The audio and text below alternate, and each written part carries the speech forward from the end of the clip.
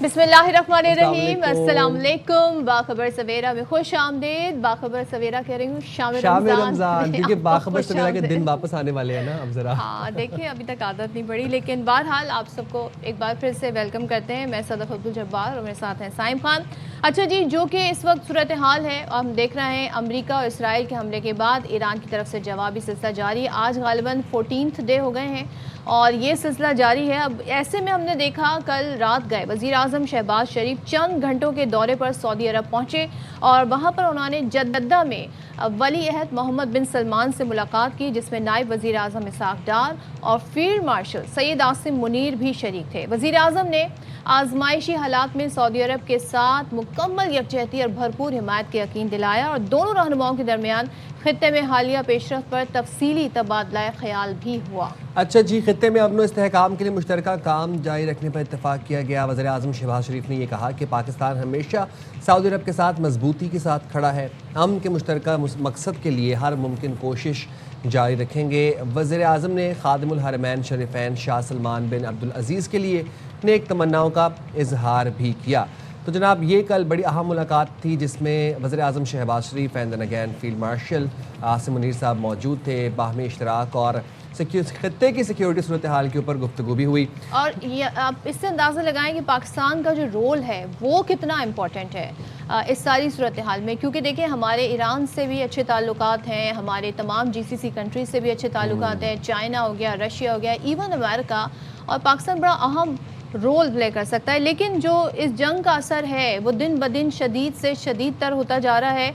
बैनुल-अक़वामी markets में खाम तेल की कीमतों में एक बार फिर से इजाफा हम देख रहे हैं। ये इजाफा जारी है। लंदन ब्रेंट 1.85% इजाफे से $102.24 फी बैरल का हो गया। ये आपने देखा कि ऑयल प्राइसेस जो है ना वो डोनाल्ड ट्रंप के बयानात के साथ ना प्रोपोर्शनल है। वहाँ से डोनाल्ड ट्रंप बयान देते हैं, यहाँ से ऑयल प्राइसेस एकदम से इंक्रीज हो जाती हैं। $100 फी बैरल पे आप दोबारा से ऑयल प्राइसेस पहुंच गए हैं, जो कि एकदम से ड्रॉप होकर 92 पे आई थी, 117 से 92 पे आई थी। एंड रिमेंबर जब उन्होंने कहा था ये जंग किसी भी वक्त खत्म हो सकती है, खात्मे की तरफ जा रही है, तो एकदम से हमने देखा था स्टॉक मार्केट्स भी बूम करती नजर आ रही थी और फिर खाम तेल की कीमत भी नीचे गिर गई। बिल्कुल। तो अमरीकी जो WTI है खाम तेल, वो 1.55% इजाफे से $97.47 फी बैरल पर ट्रेड कर रहा है। अमेरिका ने रूसी तेल की खरीदारी के लिए कई ममालिक को 30 दिन की इजाज़त दे दी है और तेल 11 अप्रैल तक फरोख्त किया जा सकेगा। यस, एंड नाउ इंटरेस्टिंग बात इसमें ये है कि जो वेनेजुएलियन और रशियन ऑयल है ना, ये टार है, ये बहुत हैवी वेट क्रूड ऑयल है। इसको रिफाइन करना बहुत एक अपहीवल टास्क है और बहुत कॉस्टली भी है। तो रशियन तेल जो है ना और जो वेनेजुएलन तेल है वो फ़ायदेमंद नहीं है जितना कि आपको ईरान का ऑयल या फिर जो अमेरिकन ऑयल है वो आपको फ़ायदेमंद होगा। अमेरिकन ऑयल बहुत लाइट गोल्डन होता है, टाइम लेता है। और कहीं कहीं पर हम देख रहे हैं कुछ ममालिक में ये सहूलियात हैं रिफाइनरी की। अच्छा, ईरान के आबनाए हुकूमत बंद करने से मशरिक़ वस्ती में खाम तेल की आपको ऑलरेडी पता है तरसील मुतासिर है। अब ईरान की तवानाई तनसीबात पर हमला हुआ तो ये कहा जा रहा है ईरान की जानिब से कि फिर सख्त तरीन जवाब दिया जाएगा। ईरान ने हमले की सूरत में जवाबी कार्रवाई की वार्निंग जारी की है और ईरान के खातिमुल अंबिया हेडक्वार्टर्स ने कहा है कि किसी भी जारहाना हरकत का जवाब तबाहकुन होगा। खित्ते के तमाम तेल और गैस के बुनियादी ढांचे को आग लगा दी जाएगी, ये वार्निंग दी है ईरान ने अमरीकी तनसीबात की तस्वीरों के साथ ये एक अलर्ट, एक इंतबाह जारी किया, एक वार्निंग जारी की है। कहा है कि ये तनसीबात हैं, तवानाई और बिजली की तनसीबात पर हमला हुआ तो ये खित्ते में अमरीकी तनसीबात हमारे निशाने पर होंगी। जबकि UAE के अल हसन गैस फील्ड और रास अल लफान रिफाइनरी हदफ होंगी। अच्छा, ईरान के जो अटैक्स हैं ना अभी तक जो हमें 13-14 दिन में हमें नोटिस किया है वो बहुत प्रिसाइज हैं।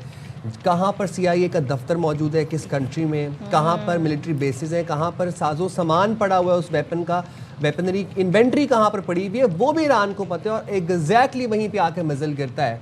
तो इसी हवाले से बात कर लेंगे। दिफाई तज्जियाकार major general retired Zahid Mahmood साहब हमारे साथ मौजूद हैं, ओवरऑल सिचुएशन पर बात कर लेंगे।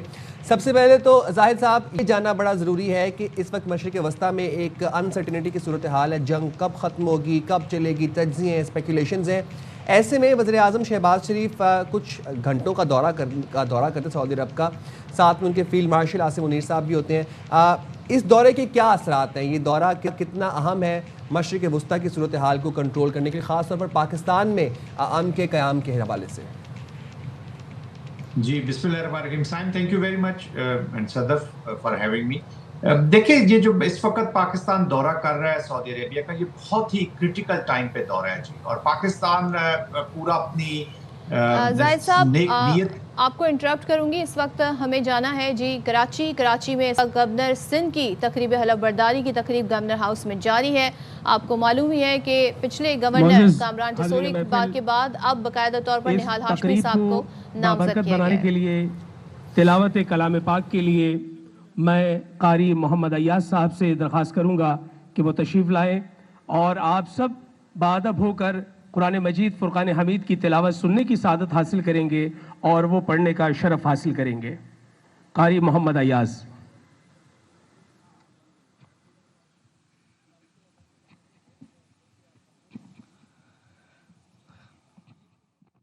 اس وقت جاری ہے گورنر ہاؤس میں، جہاں پر نہال ہاشمی صاحب جو ہیں وہ ان کی تقریب حلف برداری ہے، اور کامران ٹسوری صاحب کے آفس چھوڑنے کے بعد اب نہال ہاشمی کو نیو گورنر سندھ اپوائنٹ کیا گیا ہے.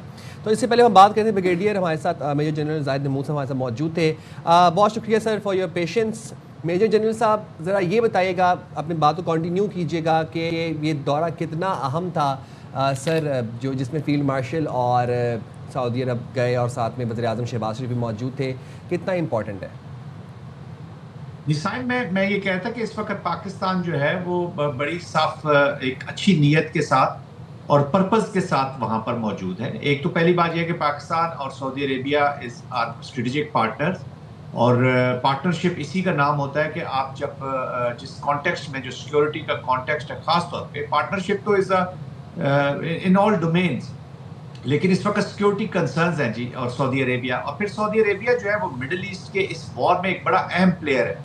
آئی مین گلف کنٹریز کا اگر جو کی پلیئر ہے وہ سعودی عربیہ ہے، اور پاکستان کی جو لیوریجز ہیں اپنی relationship with Iran and our relationship with Saudi Arabia, اس کو یوز کر رہا ہے. 3-4 پرپسز ہیں جی اس کے. نمبر 1 کہ ایک تو ایران اور سعودی ٹینشن جو ہے، یا مڈل ایسٹ کی جو ٹینشن ہے، اس کو ذرا کم کیا جائے یا اس کو ریسٹرینٹ پہ رکھا جائے. ریسٹرینٹ کا اس وقت جو اچیومنٹ ہے دیٹ از ایکسٹریملی امپورٹنٹ، کیونکہ اگر ریسٹرینٹ میں چیزیں رہیں گی تو پھر حل کی طرف ہم جائیں گے، یا مسائل کو حل کیا جا سکتا ہے، یا ایک آنے والی جو تباہی ہے اس کو روکا جا سکتا ہے. تو پاکستان یہی کوششیں کر رہا ہے between Iran and Saudi Arabia, and of course it will impact the other gulf state. Number 1. Number 2، post war جو سیناریو ہے جو مڈل ایسٹ کا، اگر اس پہ دوبارہ کنٹسٹیشن amongst the Arab countries who جاتی ہے، کیونکہ ڈر یہ ہے کہ لیٹ سے کہ ہم اگر سمجھتے ہیں کہ یہ ایک کیوس پہ وار ختم ہوتی ہے، تو کہیں نہ کہیں اسرائیل جو ہے وہ ایک فتنے کی شکل میں ان کے بیچ میں موجود رہے گا، اور وہ ان کی لڑائی آپس میں عرب ورلڈ میں عرب کنٹریز کی کرواتا رہے گا، جس کا الٹیمیٹلی نقصان جو ہے پورے ریجن کو ہوتا ہے جی. ایک اس کو روک رہا ہے. And secondly Saudi Arabia, Pakistan, Türkiye, Russia اور چائنا، یہ ایسے کارڈز ہیں سائم اس وقت جو نظر آ رہے ہیں جو امپیکٹ کر سکتے ہیں پریزیڈنٹ ٹرمپ کو بھی. اینڈ آف کورس پاکستان اور سعودی عربیہ کی جب بات چیت ہو رہی ہے تو اس کے بیچ میں جو سیکورٹی کنسرنز ہوں گے سعودی عربیہ کے، وہ پاکستان کو پتہ چلیں گے، آپس میں بات چیت ہوگی، اور ان کنسرنز کو دیکھتے ہوئے پاکستان ایران کو کنوے کر سکتا ہے، یہ ڈپلومیٹیکلی بات چیت کے ذریعے کوشش کر سکتا ہے کہ ایسے ایکشنز ایران نہ لے کہ سعودیز کنسرنز میں اضافہ ہو. کیونکہ جب کنسرنز میں اضافہ ہوگا یا چیلنجز کریٹ ہوں گے تو پھر Saudi Arabia will have the right to respond. تو اس لیے ہم نے دیکھا کہ پاکستان میں یونائٹڈ نیشن کے اندر جو سیکورٹی کونسل میں قراردادیں آئی ہیں، پہلے تو کنڈیم کیا گیا امریکن اور اسرائیل اٹیک کو ایران کے اوپر، جس کا پریزیڈنٹ پزشکان نے اب ذکر کیا کہ وہ پاکستانی لیڈرشپ سے بات چیت کر رہے ہیں. اور دوسری جو قرارداد ہے اس پہ جو ایرانین ایکشنز ہیں اگینسٹ دی گلف کنٹریز، ان کو بھی کنڈیم کیا گیا. تو پاکستان ایک پرنسپلڈ اپروچ کے اوپر ایکسیپٹیبل پلیئر ہے ان بوتھ دی کیمپس. اور خاص طور پہ سعودی عربیہ اور ایران کے کانٹیکسٹ میں پاکستان کا جو برج کا رول پاسٹ میں رہا ہے، وہ آپ نے آبزرو کیا ہوگا کہ پچھلے 1.5-2 سالوں میں بہت اچھے تعلقات رہے پاکستان، امپروو تعلقات رہے ہیں سعودی عربیہ اور ایران کے، اور اس میں پاکستان کا ایک رول ہے. تو آئی تھنک پاکستان ایک مسلم امہ کے لیے، ریجن کی اسٹیبلٹی کے لیے، اینڈ آف کورس اگر یہ جو وار پھیلتی ہے ریجن میں، it will have spill over effects for Pakistan also. تو آف کورس پاکستان کا اپنا انٹرسٹ بھی یہی ہے کہ یہ جنگ بالکل نہ پھیلے، اور خاص طور پہ انٹرا عرب وار جو ہے یہ اگر بڑھتی ہے تو اس کا امپیکٹ پاکستان کے اوپر already we have a situation with Afghanistan, we have situation India ہمارے بیٹھا ہوا ہے. تو ایران کے اوپر بھی اگر انسٹیبلٹی بڑھتی ہے تو اس کے اسپل اوور افیکٹس پاکستان پہ آئیں گے. تو پاکستان پرو ایکٹیولی پاکستان کی پولیٹیکل ملٹری لیڈرشپ اس کانفلکٹ کو کنٹین کرنے کی کوشش کو کر رہی ہے. جنگ تو شروع ہو جی ہے بٹ کنٹین کرنے کی کوشش کر رہی ہے. تو یہ دورہ اسی سلسلے کی ایک کڑی ہے. زاہد صاحب ہم یہ دیکھ رہے ہیں کہ یہ تمام تر صورتحال میں اجلاس ہوتا ہے G7 کنٹریز کو. ڈونلڈ ٹرمپ جو ہیں وہ کہتے ہیں جی ایران ہتھیار ڈالنے کے قریب ہے. اس سے پہلے کہا تھا ایران بےتاب ہے کہ کسی طریقے سے مذاکرات کی طرف چل جائے. پھر کہتے ہیں جی جنگ ختم ہونے کے قریب ہے. ابھی ہم یہ دیکھ رہے ہیں کہ جو انٹیلیجنس رپورٹ ہے امریکن ٹیلی ویژن کی وہ یہ بتاتی ہے کہ ایران میں قیادت کی تبدیلی کا کوئی امکان نہیں. حکومتی ڈھانچہ مضبوط ہے. فوری زوال کے کوئی اشارے نہیں ہیں. اس کے باوجود ڈونلڈ ٹرمپ صاحب کے یہ بیانات, اس کو آپ کیسے دیکھتے ہیں؟ کوئی ٹارگٹ اچیو نہیں کر سکے, نہ ہی یورینیم افزودگی کے جو تنصیبات ہیں ان کو نشانہ بنا سکے, نہ ہی وہ وہاں پر رجیم چینج کر سکے. دیکھیں اس کے سٹریسز ہیں. ایک تو ایران نے آئی تھنک اسٹریٹجیکل جو فنیس کی ہے وہ کہ اس کے نیگیٹو پازیٹیو میں جائے بغیر اس نے ایسا کیا کہ اس نے جو وہ کہتے ہیں نا, جو آپ بھی اکانومی کی بات کر رہے تھے کہ وین گن اسپیکس تو اکانومیز بلیڈس, تو انہوں نے اکانومی کو بھی ایک فرنٹ لائن کے طور پہ سپلائی چینز کو, آئل ریزروز کو, مارکیٹس کو ٹارگٹ کیا ہے کہ ان کے امپیکٹ لایا جائے جس کا پریشر آ رہا ہے. And secondly war is a cost. I personally feel کہ امریکہ کے اوپر اس وقت پریشر بڑھا ہے. میں آپ کو ایک چھوٹی سی ایگزامپل دیتا ہوں کہ فرسٹ 100 آورز میں تقریباً 3.7 to 4 بلین ڈالر کا ایکسپینڈیچر آیا ہے جی وار کا, جو کاسٹ پڑی ہے یونائٹڈ اسٹیٹس آف امریکہ کو. جو ایک تھرڈ سسٹمز ہیں یا جو انٹرسیپٹرز ہیں, یہ 15 سے 18 ملین ڈالر کا ایک انٹرسیپٹر ہے, اور پہلے 4 دن میں 500 سے زیادہ انٹرسیپٹرز اور 300 سے زیادہ اینٹی میزلز فائر کیے. تو میں یہ چھوٹی سی ایگزامپل اس لیے دے رہا ہوں کہ یہ کاسٹ ہے اس وار کی. تو it's a huge cost. Probably I think American سمجھے تھے کہ جب ہم centre of gravity Ali Khamenei صاحب کو شہید کر دیں گے تو ایک کیوس کریٹ ہوگا. زاہد صاحب ہم دوبارہ سے کراچی چلیں گے, اور کراچی میں اس وقت آپ دیکھ رہے ہیں گورنر ہاؤس میں گورنر سندھ کی تقریب حلف برداری جاری ہے. بسم اللہ الرحمن الرحیم. بسم اللہ الرحمن الرحیم. میں سید محمد نہال ہاشمی صدق کے دل سے حلف اٹھاتا ہوں کہ میں خلوص نیت سے پاکستان کا حامی و وفادار رہوں گا. کہ بحیثیت گورنر صوبہ سندھ میں اپنے فرائض و کارہائے منصبی ایمانداری, اپنی انتہائی صلاحیت اور وفاداری کے ساتھ کہ میں بحیثیت گورنر سندھ میں اپنے فرائض کارہائے منصبی ایمانداری, اپنی انتہائی صلاحیت اور وفاداری کے ساتھ اسلامی جمہوریہ پاکستان کے دستور اور قانون کے مطابق اور ہمیشہ پاکستان کی خود مختاری, سالمیت, استحکام, یکجہتی اور خوشحالی کی خاطر انجام دوں گا. اور ہمیشہ پاکستان کی خود مختاری, سالمیت, استحکام, یکجہتی, خوشحالی کے خاطر انجام دوں گا. کہ میں اسلامی نظریے کو برقرار رکھنے کے لیے کوشاں رہوں گا جو قیام پاکستان کی بنیاد ہے. کہ میں اسلامی نظریے کو برقرار رکھنے کے لیے کوشاں رہوں گا جو قیام پاکستان کی بنیاد ہے. کہ میں اپنے ذاتی مفاد کو اپنے سرکاری کام یا اپنے سرکاری فیصلوں پر اثر انداز نہیں ہونے دوں گا. کہ میں اپنے ذاتی مقاصد کو اپنے سرکاری کام یا اپنے سرکاری فیصلوں پر اثر انداز ہونے نہیں دوں گا. کہ میں اسلامی جمہوریہ پاکستان کے دستور کو برقرار رکھوں گا اور اس کا تحفظ اور دفاع کروں گا. کہ میں اسلامی جمہوریہ پاکستان کے دستور کو برقرار رکھوں گا اور اس کا تحفظ اور دفاع کروں گا. کہ میں ہر حالت میں ہر قسم کے لوگوں کے ساتھ بلا خوف و رعایت اور بلا رغبت و عناد قانون کے مطابق انصاف کروں گا. کہ میں ہر حالت میں ہر قسم کے لوگوں کے ساتھ بلا خوف و رعایت, بلا رغبت و عناد قانون کے مطابق انصاف کروں گا. اور یہ کہ کسی شخص کو بلا واسطہ یا بالواسطہ کسی ایسے معاملے کی اطلاع نہ دوں گا. اور یہ کہ کسی شخص کو بلا واسطہ یا بالواسطہ کسی ایسے معاملے کی اطلاع نہ دوں گا. اور نہ اس پر ظاہر کروں گا جو بحیثیت گورنر صوبہ سندھ میرے سامنے غور کے لیے پیش کیا جائے گا. اور نہ اس پر ظاہر کروں گا جو بحیثیت گورنر سندھ میرے سامنے صوبہ سندھ میرے سامنے غور کے لیے پیش کیا جائے گا یا میرے علم میں آئے گا بجز جب کہ بحیثیت گورنر اپنے فرائض کی کما حقہ انجام دہی کے لیے ایسا کرنا ضروری ہو. یا میرے علم میں لایا جائے گا بجز کما حقہ بحیثیت گورنر اپنے فرائض की खमा का अंजाम दही के लिए ऐसा करना ज़रूरी हो। अल्लाह ताला मेरी मदद और रहनुमाई फरमाए। अल्लाह ताला मेरी मदद और रहनुमाई फरमाए। आमीन आमीन। निहाल हाशमी ने गवर्नर सिंध का हलफ उठा लिया है और आप इस वक्त मनाज़िर देख रहे हैं गवर्नर हाउस कराची से। कामरान टसोरी के बाद अब निहाल हाशमी गवर्नर सिंध होंगे और इनका ताल्लुक पाकिस्तान मुस्लिम लीग नून से है। गवर्नर वफाक का नुमाइंदा होता है और ये तब्दीली हमने देखी है जो कि हुई है। निहाल हाशमी साहब की अगर हम पॉलिटिकल कैरियर के हवाले से बात करें तो वो दरीना कारकुन रहे पाकिस्तान मुस्लिम लीग नून के, और उन्होंने बाकायदा तौर पर उस वक्त के वज़ीर आज़म Mohammad Nawaz Sharif as prime minister उनके एडवाइज़र के तौर पर खदमात अंजाम दी 1997 से लेकर 1999 तक।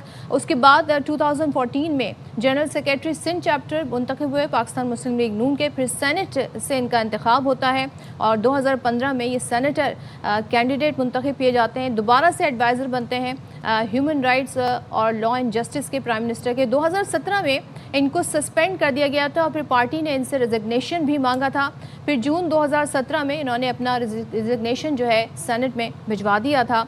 इसके बाद 2018 में एक बार हमने फिर देखा कि सुप्रीम कोर्ट में तौहीन अदालत के केस में इनको सज़ा हुई थी और उसके बाद हमने देखा PMLN ने 2021 में इनकी जो पार्टी मेंबरशिप जो सस्पेंड हुई थी उसको रिस्टोर किया था और आज हम देख रहे हैं कि इन्हें गवर्नर के ओहदे पर नाफिज किया गया है। हमारे साथ जाहिद महमूद साहब मौजूद हैं और हम बात कर रहे हैं Iran versus Israel and America war के हवाले से। सर आप एक तो अपनी बात को कंटिन्यू कीजिएगा, सेकंड में सवाल भी ले लें। अब हम ये देख रहे हैं कि डोनाल्ड ट्रंप जो हैं वो राह फरार इख्तियार करने चाह रहे हैं, सेफ एग्जिट ढूंढ रहे हैं, वज़ीरों मुशीरों पे डाल रहे हैं। कभी कहते हैं जेरेड कुशनर ने कहा था, फिर कहते हैं पीट हेग्सेथ ने कहा था। साथ ही साथ हम ये भी देख रहे हैं कि बिलियंस ऑफ डॉलर्स का नुकसान तो है ही है, GCC ममालिक की तरफ से प्रेशर भी आ रहा है। US एयरफोर्स एक रीफ्यूलिंग प्लेन है जो कि क्रैश हुआ है ओवर इराक, ये खबरें भी आ रही हैं। फिर उसके बाद जो स्ट्रेट ऑफ हॉर्मुज़ बंद है उससे जो मिडिल ईस्टर्न कंट्रीज़ हैं उनकी तरफ से प्रेशर बढ़ा हुआ है। तो ओवरऑल आपको लग रहा है कि एक दिन out of nowhere Donald Trump बस अपेयर होंगे और कहेंगे कि विक्ट्री डिक्लेयर कर देंगे और कहेंगे ईरान को डिसआर्म कर दिया और हम जीत गए? जी बिल्कुल, जिस तरीके से उनकी पर्सोना है और पर्सनैलिटी है तो साइम it is very much expected. असल में कंफ्यूजन है कहाँ पे जी? कंफ्यूजन ये हुई है कि जो पॉलिटिकल ऑब्जेक्टिव्स हैं वो बड़े फ्लक्चुएटिंग हैं and to be very honest ना अमेरिकन मिलिट्री को और ना ही दुनिया में किसी को इस वक्त पता है कि उनके समझ आ रही है कि उनके पॉलिटिकल ऑब्जेक्टिव्स क्या हैं। कभी रिजीम चेंज थी, फिर आपको याद होगा कि they had the intention of attacking. मैं तो पहले भी आपके एयरवाइव पे एक दो दफा कह चुका हूँ जब ये ईरान के अंदर मुजाहरे हो रहे थे तो आपको याद होगा प्रेसिडेंट ट्रंप ने बड़ा एक फेमस जुमला कहा था और उन्होंने कहा था जी कि हेल्प इज ऑन इट्स वे। तो वो एक्चुअली इंस्टिगेट कर रहे थे। फिर जब अटैक भी हो गया तो उन्होंने कहा जी help has reached. Actually they were expecting कि ईरान के अंदर से हम जो ये हमला करेंगे और खासतौर पे जो सेंटर ऑफ ग्रेविटी है अली खामनेई जिनको शहीद किया गया सुप्रीम लीडर को, तो ईरान के अंदर से इनके लोग उठ खड़े होंगे और उन्होंने कहा कि जी अपनी डेस्टिनी को अपने हाथ में ले लें। सेकेंडली दे वर एक्सपेक्टिंग कि जो आर्म्ड फोर्सेज है ईरान की, चाहे IRG हो या मिलिट्री, उनको भी आपने कहा जी कि हम आपको प्रोटेक्शन देंगे, आप आर्म्स फेंक दें, आपके खिलाफ कोई एक्शन, तो वो समझे कि कोई म्यूटनी हो जाएगी। लेकिन ईरान का जो पॉलिटिकल आइडियोलॉजिकल मिलिट्री सिस्टम रहा वो इंटैक्ट रहा और वो लोग 93 मिलियन में से वो लोग जो ईरान की लीडरशिप से खुश नहीं थे या सड़कों पे थे या जो इकोनॉमिक इश्यूज थे वो भी इसी सेंटर के साथ दोबारा आके जुड़े। उसकी वजह कि उन्होंने अपनी प्रोटेक्शन इसको समझा, एक्सटर्नल जो इन्वेजन थी उसके ऊपर वो खड़े हो गए और उन्होंने उसको एक्सेप्ट नहीं किया। तो सबसे अहम रोल अदा किया 93 मिलियन लोगों ने जो ईरानियंस है कि वो अपने जो भी है वो कहते हैं जी कि हम बाद में इसको एड्रेस कर लेंगे, फिलहाल मेरी जो एग्रेशन है, अपनी जो डिफाइंस है और अपनी जो डेटरेंस, अपनी जो डिफाइंस है, इसको हमने मेंटेन रखना है जी। और उसी के ऊपर फिर उन्होंने परफॉर्म किया। एंड सेकेंडली जो जियो स्ट्रेटेजिक लोकेशन है ईरान की, खास तौर पे हुर्मुज़ के कॉन्टेक्स्ट में, तो अबनाए हुर्मुज़ के कॉन्टेक्स्ट में जो लोकेशन है इसको पूरा एक्सप्लॉइट किया और फिर वही किया जो इकोनॉमिक्स को फ्रंट लाइन में ले आए जी। GCC कंट्रीज को भी अच्छा जो रिस्पॉन्स दिया ईरान ने साइम, GCC कंट्रीज को भी आपने इन्वॉल्व किया, आपने हुर्मुज़ को भी बंद किया, आप हिजबुल्ला भी वहां से एक्टिवेट हो गई है लेबनान के अंदर से। तो they were not expecting, they have been surprised. Americans have been surprised. They were not expecting कि इतना बड़ा पैमाने पे इसका स्पेक्ट्रम ले जाएंगे. और अब तो ईरान ने फैसला कर लिया हुआ है कि ये वॉर ऑफ अटरिशन लड़ने के लिए तैयार है. जितना कॉन्फ्लिक्ट प्रोट्रैक्टेड होगा उतना आप देखेंगे कि ईरान को उसका नुकसान तो बहुत हो रहा है. वॉर का अपना नुकसान होता है, इसमें तो कोई शक नहीं है. बट दे हैव डिसाइडेड कि if they have to go down, अल्लाह ना करे, तो they will go down fighting. इसलिए उन्होंने फिर अभी देखा ना जीसीसी कंट्रीज को किया, and they will take down everybody in the neighbourhood as well. ये भी एक ईरान की one of the strategies feel हो रही है. Thank you very much general साहब, आपने प्रोग्राम के लिए वक्त निकाला. देखना ये कि even if Donald Trump safe exit ले लेते हैं और भाग जाता है तो इजराइल स्टॉप करते ये वॉर या फिर इजराइल कंटिन्यू करेगा. चलें जी, इस वक्त एक अहम खबर है जो आपके साथ शेयर कर देते हैं. नेशनल प्रेस क्लब की सेक्रेटरी नशिस्त पर डेमोक्रेट पैनल कामयाब हो गया है. नेशनल प्रेस क्लब की जॉइंट सेक्रेटरी की तीनों नशिस्तों पर जर्नलिस्ट पैनल कामयाब हुए. तो ये नताइज जिनका 2 दिन से इंतजार किया जा रहा था वो सामने आ गए हैं. राजा मोहसिन एजाज हमें बताएंगे, बताइएगा. देखिए, नेशनल प्रेस क्लब इस्लामाबाद के जो सालाना इंतखाबात के नताइज हैं वो गैर मामूली ताख़ीर का शिकार हैं इस वक्त, और 18 घंटे के करीब वक्त गुजर चुका है और अभी तक सिर्फ 3 नशिस्तों के जो नताइज हैं उनका ऐलान किया जा चुका है. और इस वक्त जो है वो जो नेशनल प्रेस क्लब के मेंबर्स हैं उनमें शदीद तशवीश की लहर है और वोटर्स का ये कहना है कि इंतखाबी नताइज में ताख़ीर करके धांधली की जा रही है. और मुल्क भर के जो सहाफ़ी हैं उनकी नेशनल प्रेस क्लब इस्लामाबाद के इंतखाबात पे नजरें हैं और तकरीबन 2200 से ज़ायद वोटर्स ने अपना हक़ राय दही इस्तेमाल किया है. लेकिन इस तरह के इक़दाम से जो सहाफ़ी बरादरी है उसका मजाक उड़ाया जा रहा है. सहाफ़ी बरादरी दीगर जो इंतखाबात होते हैं उनको ऑब्जर्व करती है, उन पर अपनी राय का इजहार करती है, लेकिन यहाँ पर तो सहाफ़ियों के जो अपने इंतखाबात हैं उनके नताइज इतनी ज़्यादा ताख़ीर का शिकार हुए हैं. और इस वक्त जो है वो नेशनल प्रेस क्लब इंतखाबात में इन इलेक्शंस में 2280 वोट पोल हुए थे और रात 12 बजे से अभी गिनती जारी है जो अभी तक भी जो है वो मुकम्मल नहीं हो सकी. और ये बताया जा रहा है जो इलेक्शन कमेटी की तरफ कि अभी भी कई घंटे जो हैं वो लग सकते हैं. और ये जो ताख़ीर है ये न सिर्फ शकूक को बल्कि दीगर बहुत सी जो चीज़ों हैं उनको भी राजा मोहसिन एजाज, 3 नशिस्तों पे इस वक्त नताइज आ गए हैं. सेक्रेटरी नशिस्त, जॉइंट सेक्रेटरीज की नशिस्त और उसके बाद फाइनेंस सेक्रेटरी की नशिस्त. बाकियों के कब तक नताइज आएंगे और लेट होने की क्या वजूहात हैं, ताख़ीर की क्या वजूहात हैं? प्रेसिडेंट, वाइस प्रेसिडेंट के नताइज कब तक आएंगे? क्योंकि 2200 वोट है, काउंट करना इतना मुश्किल नहीं था.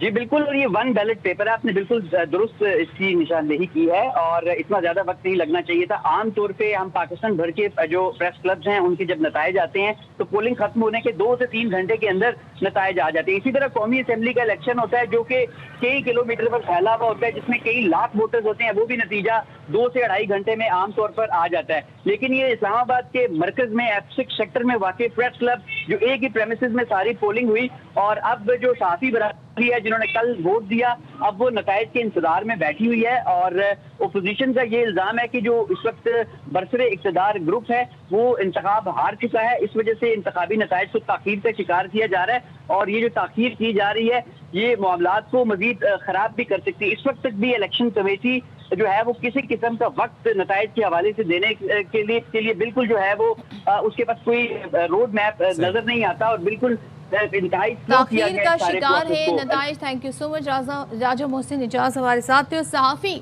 जो खबरें देते हैं इलेक्शन के हवाले से, लेट होने के, कवायद ज़वाबित के हवाले से, धांधली के हवाले से, आज वो खुद खबर बन गए हैं. तो अभी तक सिर्फ 3 नशिस्तों के रिजल्ट आए, बाकी रिजल्ट बाकी ही आना. हम जाएंगे छोटी सी ब्रेक पे, हाजिर होंगे ब्रेक के बाद. Stay there with us.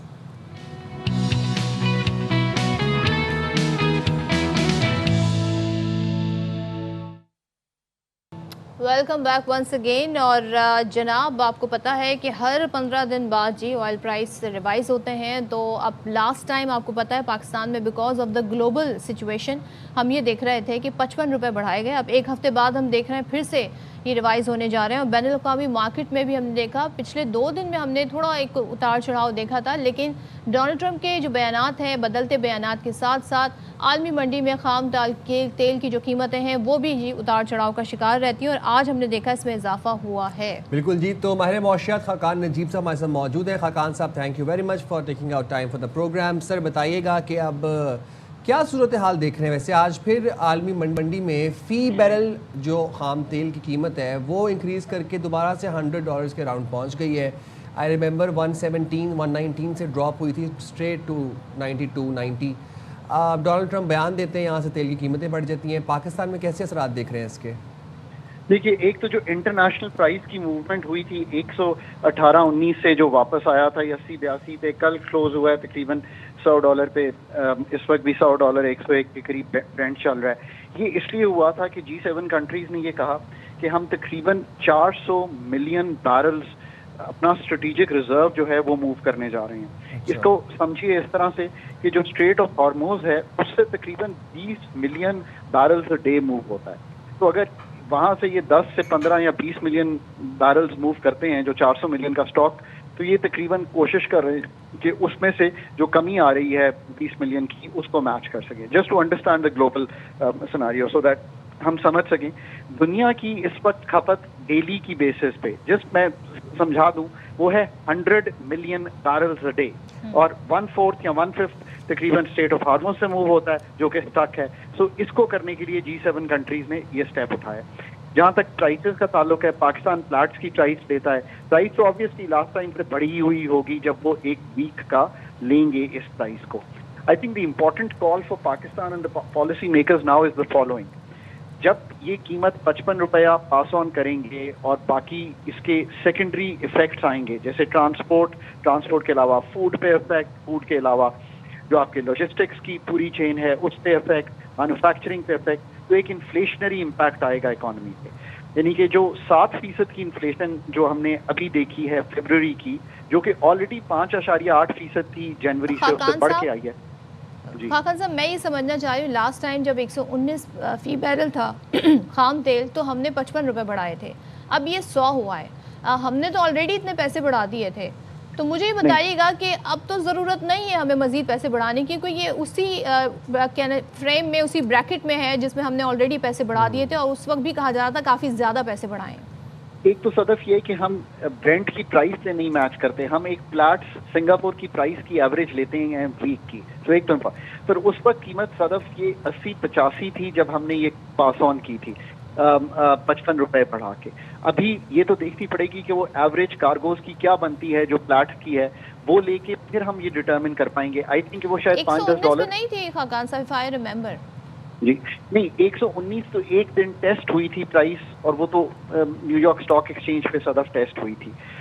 Late سے $5-10 بڑھی ہوئی پرائس ہو سکتی ہے کہ ہو، پر I think the important question is کہ کیا اور پرائس پاس تھرو ہمیں کرنے کی ضرورت ہے کہ نہیں۔ So here is my following analysis on that, وہ یہ ہے کہ 390 ارب اس وقت ایمرجنسی پروویژنس کا بجٹ میں پڑا ہوا ہے۔ آئی تھنک اگر یہ ایمرجنسی پروویژنس کا یوز کیا جائے اور یہ فنڈ سے بھی بات کی جائے تو جو سگنل ہم نے 55 روپے کا دینا تھا پچھلے ہفتے کا، وہ ہم نے دے دیا کہ ڈیمانڈ کم کریں، کوئی ہورڈنگ نہ ہو، تو ہم وہ یوز کر سکتے ہیں 390 ارب۔ یہ بھی یاد رکھیے کہ ہم ایک PDL بھی بڑھائے ہوئے ہیں، پیٹرول پہ 105 ہے، ایک امپورٹ پہ کسٹمز ڈیوٹی بھی ہے، سیلز ٹیکس بھی ہے، سو اس میں سے بھی کچھ پروویژن لے سکتے ہیں۔ آپ نے آسٹیریٹی میجرز لیے ہیں ابھی، ان آسٹیریٹی میجرز میں سے اگر آپ کی سیونگز آنا شروع ہوتی ہیں اس میں سے یوز کر سکتے ہیں۔ یہ ساری چیزوں کو دیکھتے ہوئے اگر قیمت کا کوئی پرائس پاس تھرو اور کرنا بھی ہے تو وہ شاید اتنا ہارش کرنے کی ضرورت نہیں ہے جتنا کہ ہمیں پہلے 55 روپے کا کرنا کتنا ہو اگر ہونا چاہیے اضافہ۔ دیکھیے اگر آپ کو قیمت 25, 30, 40 روپے بڑھی ہوئی دکھائی دے رہی ہے، اگر پلیٹس کی قیمت ایوریج یہ آتی ہے وہ تو بالکل ایگزیکٹ آ جائے گی، تو اس میں سے کچھ آپ یوز کر لیں جو ایمرجنسی کے 390 ارب۔ یہ ہم بجٹ میں اسی لیے رکھتے ہیں کہ کوئی آنگہانی صورت پیدا ہو، کوئی ایگزوجنس شاک جیسے لگا ہے اکانومی کو وہ لگے، اس کو یوز کر سکیں۔ میرا یہ خیال ہے کہ اس میں سے 10-20 روپے یوز کر لیں تو ایک مائنر انڈیکیشن دیتے ہوئے کہ ہم قیمت بڑھائی اس لیے رکھ رہے ہیں کہ ڈیمانڈ اور نہ بڑھے ملک کی۔ اس کے ساتھ ساتھ جو ڈیمانڈ کنزرویشن میجرز ہیں ان کو اسٹرینتھن کرنے کی ضرورت ہے۔ میں آج بھی کہتا ہوں کہ جو آپ کے ہاتھ میں ہے وہ ڈیمانڈ کنٹرول کرنا ہے، پرائس کو کنٹرول نہیں کر سکتے، سپلائی کو کنٹرول نہیں کر سکتے، ڈیمانڈ کنٹرول کرنا ہے۔ Make sense. Thank you very much doctor Khaqan صاحب، آپ نے بڑے اچھے طریقے سے میں ساری بات سمجھائی۔ تو میرا ویسے آپ نہیں لگ رہا کہ پیٹرول کی پرائسز بڑھیں گی، اور اگر بڑھیں گی بھی تو اتنی زیادہ نہیں بڑھیں گے، اتنے ہارش نہیں بڑھائے جائیں گے، اتنے اگریسولی نہیں بڑھائے جائیں گے جو ہم لاسٹ ٹائم دیکھ رہے تھے، لیکن کیا ایکسپیکٹ کیا جا سکتا ہے۔ تو یہ سلسلہ جناب جاری رہے گا، اور جنگ کے حوالے سے ایک بار پھر سے ہم بات کرتے ہیں کہ کس طریقے سے امریکہ کے اور اسرائیل کے حملے جاری ہیں، اور بڑی اپڈیٹس جو ہے نا بڑی انٹیگرل ہیں، اور اپڈیٹس ایسے آ رہی ہیں، اتنا انفلکس ہے انفارمیشن کا کہ اس کی کریڈیبلٹی پھر جانچنی ہوتی ہے، پھر ویژولز کی کریڈیبلٹی دیکھنی ہوتی ہے، بڑے بڑے کیئرفلی ڈیزائن کرتے ہیں ہم آپ کے لیے پروگرام جب ہم وار کی بات کرتے ہیں. نئے حملوں کے بارے میں بتایا جا رہا ہے جی. تہران کے مختلف علاقوں میں دھماکے ہوئے جس میں قم ہے, اصفہان ہے, شیراز سمیت دیگر شہروں میں حملے کیے گئے. اچھا, ایرانی شہر عراق میں رہائشی عمارت کو نشانہ بنایا گیا جس میں خاتون اور بچی شہید ہو گئیں, اور ہم یہ دیکھ رہے ہیں بکہ 35 افراد وہاں پر زخمی ہوئے. اسرائیلی فورسز اب تک ایران میں 10,000 مقامات کو نشانہ بنا چکی ہے. 60% شہری مقامات ہیں. میں اس سے اندازہ لگایا جا سکتا ہے کہ یہ کس طریقے سے سویلینز کو بھی ٹارگٹ کر رہے ہیں. لبنان پر اسرائیلی حملوں کی نئی لہر میں مزید 8 افراد جاں بحق ہوئے. بیروت میں عمارتوں کو نشانہ بنایا گیا, تو بیروت میں حزب اللہ کے کمانڈ مراکز کو نشانہ بنایا گیا ہے. لبنان پر 2 مارچ سے جاری حملوں میں اموات کی تعداد 100 ہو گئی ہے. اچھا جی, ساتھ ساتھ جب ایران ریٹیلیٹ تو کر ہی رہا ہے, لیکن جہاں جہاں پر امریکی تنصیبات ہیں, ملٹری اڈے ہیں, ان کو بھی ڈے 1 سے نشانہ بنایا جا رہا ہے. تو مغربی عراق میں امریکی طیارہ گر کر تباہ ہو گیا. امریکی سینٹرل کمانڈ نے بھی اس بات کی تصدیق کی ہے کہ امریکی طیارہ گرا ہے اور گر کر تباہ ہوا ہے. ایران کے خاتم الانبیاء سینٹرل ہیڈ کوارٹرز نے دعویٰ یہ کیا ہے کہ عراق کی مزاحمتی فورسز نے ری فیولنگ طیارہ مار گرایا اور سوار تمام اہلکار ہلاک ہو گئے. رپورٹ یہ ہو رہا ہے کہ اس میں 5 کرو ممبر سوار تھے. فرانسیسی صدر ایمانوئل میکرون نے عراق کے شہر اربیل میں ایک فرانسیسی فوجی کے مارے جانے کی تصدیق بھی کی ہے. تو ایران ریٹیلیٹ کر رہا ہے, بھرپور طریقے سے کر رہا ہے, اور ساتھ ساتھ ایران کی سپورٹ میں لبنان سے حزب اللہ جو ہے وہ بھی اٹیک کر رہا ہے. اچھا جی, خطے میں امریکی اڈے بند نہ ہوئے تو حملے جاری رہیں گے, دشمن کو قیمت چکانا پڑے گی. آبنائے ہرمز بند رہے گی. ایران کے سپریم لیڈر مجتبیٰ علی خامنئی کا پہلا بیان آ گیا ہے سامنے. سپریم لیڈر نے کہا کہ 15 پڑوسی ممالک کے ساتھ اچھے تعلقات ہیں. کچھ ممالک میں دشمن کے اڈے ہمارے خلاف استعمال ہو رہے ہیں. امریکی اڈوں سے حملے جاری رہے تو جوابی حملوں کے سوا کوئی چارہ نہیں. سن لیتے ہیں. We will never retreat. We will revenge the blood of our martyrs, not only for the late Supreme Leader, but also for the blood of every single Iranian citizens who lost his life because of this war. The Iranian blood is very precious, particularly the blood of children and women. That's why the crimes of the enemies in Minab school and some other places will be severe for the enemies, and the enemies will pay the price.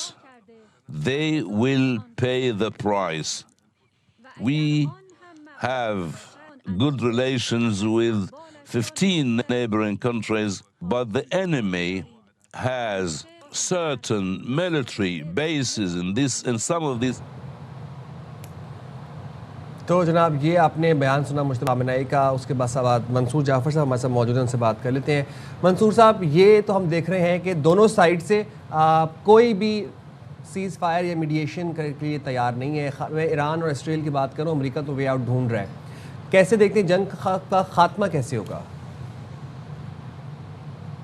اس میں کوئی شک نہیں کہ اس وقت جنگ میں ایک دوبارہ لیٹ اپ دیکھنے میں آ رہا ہے. خاص طور پہ امریکہ جب بھی کوئی زمینی کارروائی کرتا ہے اور اسرائیل کے ساتھ مل کے, تو اس کے بعد یقیناً ایرانیوں کا عزم جو ہے ایک بار پھر جمع ہو جاتا ہے اور وہ اپنے حملے جو ہے وہ پہلے سے زیادہ تیز کر دیتے ہیں. تو آج بھی جب ایران پر حملے کیے گئے ہیں تو اس کے جواب میں تل ابیب پر بھی میزائل اسی شدت سے داغے گئے ہیں, اور اس کے نقصانات کی تفصیلات جو ہیں وہ ابھی تک نہیں ملی, لیکن وہ نشانے پر ضرور جا لگے ہیں اپنے جو ٹارگٹس پر. ایسی صورت میں تو جنگ کی حدت کو کم کرنا یقیناً ایک اس وقت یعنی اہم ضرورت ہے وقت کی, اور خاص طور پہ جتنے بڑے پیمانے پہ تباہی و بربادی ایران کے اندر پھیلائی جا چکی ہے, اور اس کے ساتھ ساتھ اس جنگ کے جو مضمرات ہیں, جو اس کے منفی اثرات ہیں, چاہے وہ معیشت کے حوالے سے ہوں, جو سپلائی چین کو ڈسٹرب کرنے کے حوالے سے ہوں, وہ تمام کے تمام جو ہے اب صرف اور صرف ان تینوں ملکوں کے گرد نہیں گھوم رہے, بلکہ اس سے دنیا بڑے پیمانے پہ متاثر ہونے جا رہی ہے. خاص طور پہ خلیج کا خطہ تو اپنے طور پہ متاثر ہے, ان کی ظاہر ہے پوری مارکیٹ جو ہے آئل کی سپلائی کی وہ ڈسٹرب ہے, لیکن اس کے جو بینیفیشری ہیں وہ اس سے بڑی مشکل اور مصیبت میں ہیں بشمول پاکستان کے, اور پاکستان کو بھی یقیناً اپنی اس آزمائش سے نبٹنے کے لیے بہت سے کڑے فیصلے کرنے پڑے ہیں, جس کا بوجھ اس وقت عام عوام پہ, اور خاص طور پہ ایسے مہینے میں کہ جب عوام توقع رکھتی ہے کہ حکومت جو ہے اس کو ریلیف فراہم کرے گی, لیکن وہ ریلیف کے بجائے ان پر ایک اضافی بوجھ جو ہے तेल की कीमतों में इजाफे का, और उसके बाद हमें बताएं कुछ बैकडोर सूरत हाल ऐसी है कि बातचीत का एक सिलसिला भी जारी है। कल वज़ीर आज़म शहबाज शरीफ भी सऊदी अरब पहुंचे थे, तो ज़ाहिर है खित्ते की सूरत हाल पर बात हो रही है। दूसरा हम देख रहे हैं कि ईरान की जानिब से खलीजी ममालिक पर हमले नहीं रुक रहे।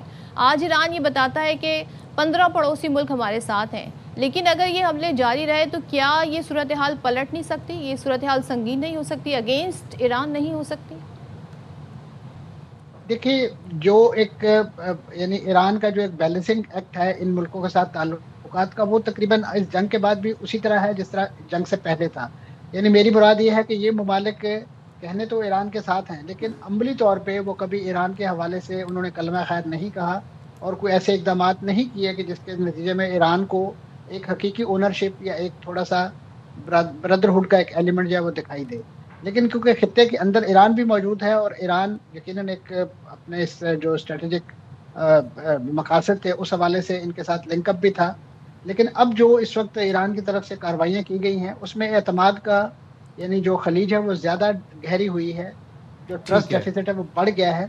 लेकिन उसके साथ साथ मैं समझता हूँ कि ये जो बैक एंड डिप्लोमेसी पाकिस्तान ने शुरू कर रखी है, बिलखसूस कल जो वज़ीर आज़म साहब तशरीफ़ ले गए हैं जो आर्मी सरबराह के साथ सऊदी अरब, और वहाँ पे यकीनन इस वक्त पाकिस्तान जिस टाइप रोप सिचुएशन से गुजर रहा है इस पूरे मरहले की, उसको डिस्कस किया गया है। क्योंकि ईरान के लिए किया गया, पाकिस्तान बड़ा स्ट्रेटेजिकली अपने जो रिलेशंस हैं वो मेंटेन किए हुआ है मशरिक़ वस्ता में भी, और फिर साथ ही साथ हम देख रहे हैं बाकी ममालिक के साथ भी।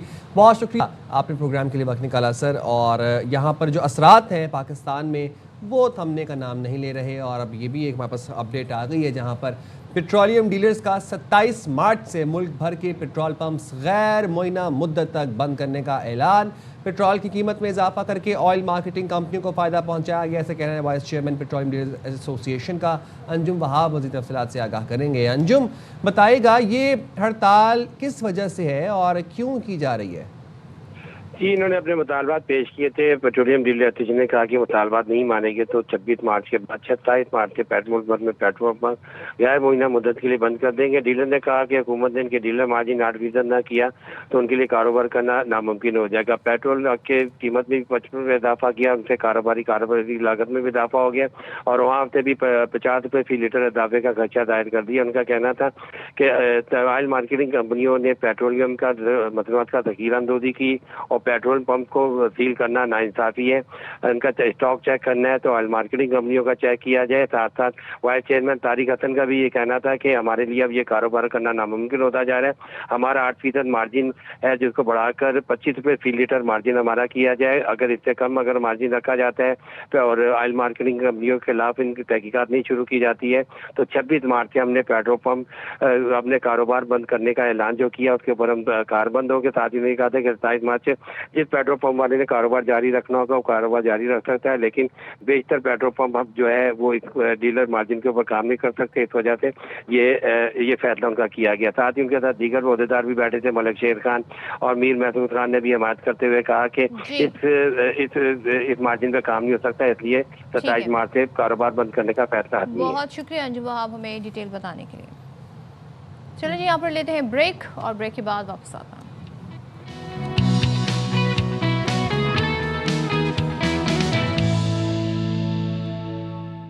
Welcome back. और जनाब, आज की जो हमारी रेसिपी है वो बच्चे बड़े सब शौक से खाते हैं। बड़ी मेहनत से आप लोगों के लिए हमने बनाई है चिकन मैकरोनी। आप भी देखिए, हम भी देखते हैं। आज की हमारी रेसिपी है चिकन मैकरोनी। सबसे पहले एक पैन में 1 टेबलस्पून ऑयल और 3 टेबलस्पून बटर डालेंगे और हल्का सा गर्म होने देंगे।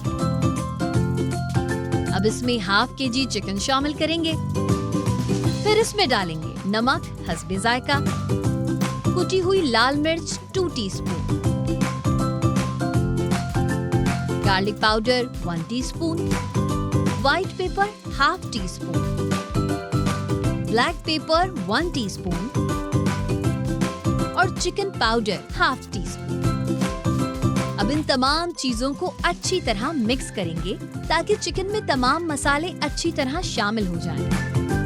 इसके बाद शामिल करें soya sauce 2 tablespoon, chilli sauce 2 tablespoon, oyster sauce 1 tablespoon और रेड वाइन विनेगर 1 टेबलस्पून। अब इसे अच्छी तरह मिक्स करें।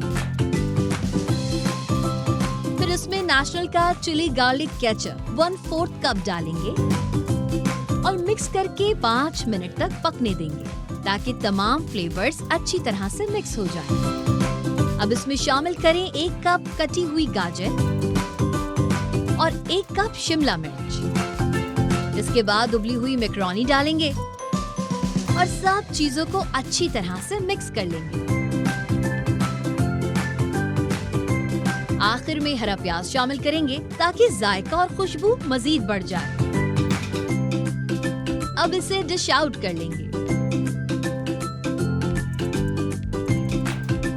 तो लीजिए, तैयार है हमारी मजेदार और लजीज चिकन मैक्रोनी।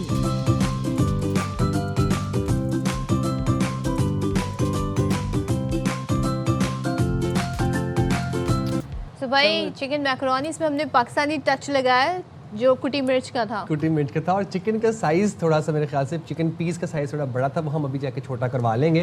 वो श्रिंक भी हो जाते हैं। हाँ। तो ये है कि अच्छा मज़ेदार टेस्ट होगा। ये मैं अफ्तार में खा के आप लोगों को कल इसका रिव्यू देंगे। और भाई यहाँ पर हम ब्रेक ले रहे हैं, ब्रेक के बाद वापस आते हैं।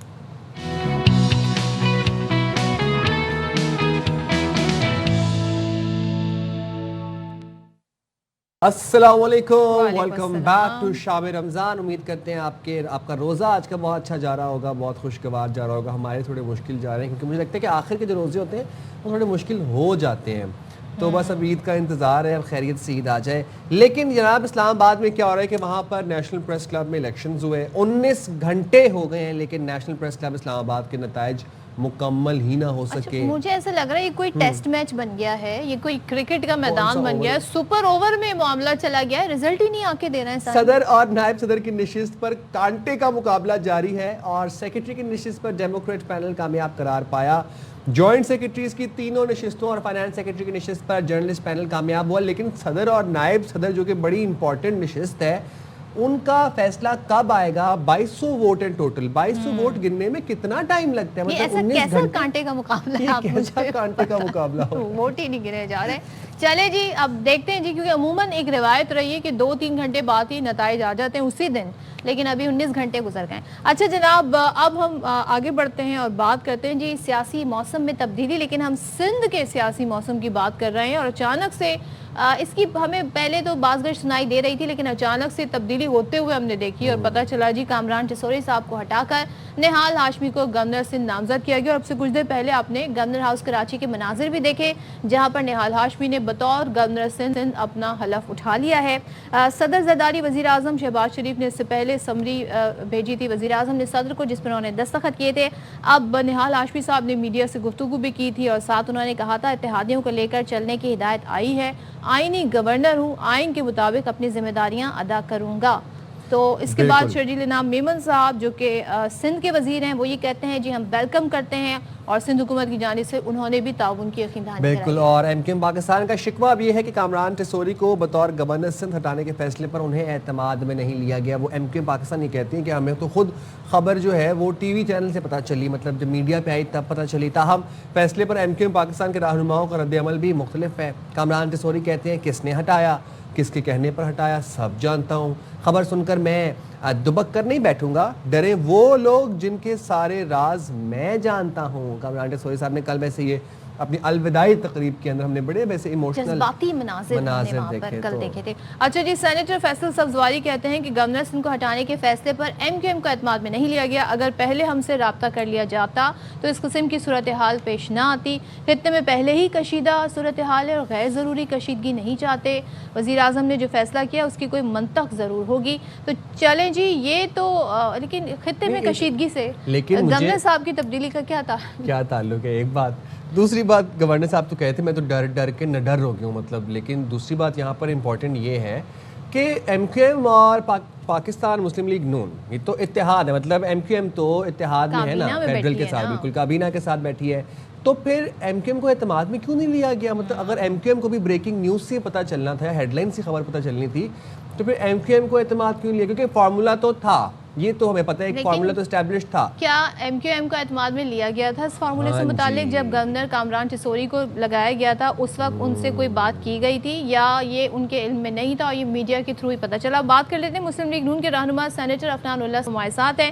Thank you so much Afnan for joining us. سب سے پہلے تو بتائیے گا اب گورنر سندھ تبدیل کر دیے گئے ہیں، وجوہات کیا ہیں؟ آپ کی اتحادی کیبنٹ میں بیٹھی ایم کیو ایم جن کے ووٹوں سے بھی آپ کی حکومت اس وقت قائم ہے، وہی کہتے ہیں ہمیں تو ٹیلی ویژن سے پتہ چلا، ہمیں اعتماد میں ہی لے لیتے ہیں. جی بسم اللہ الرحمن الرحیم.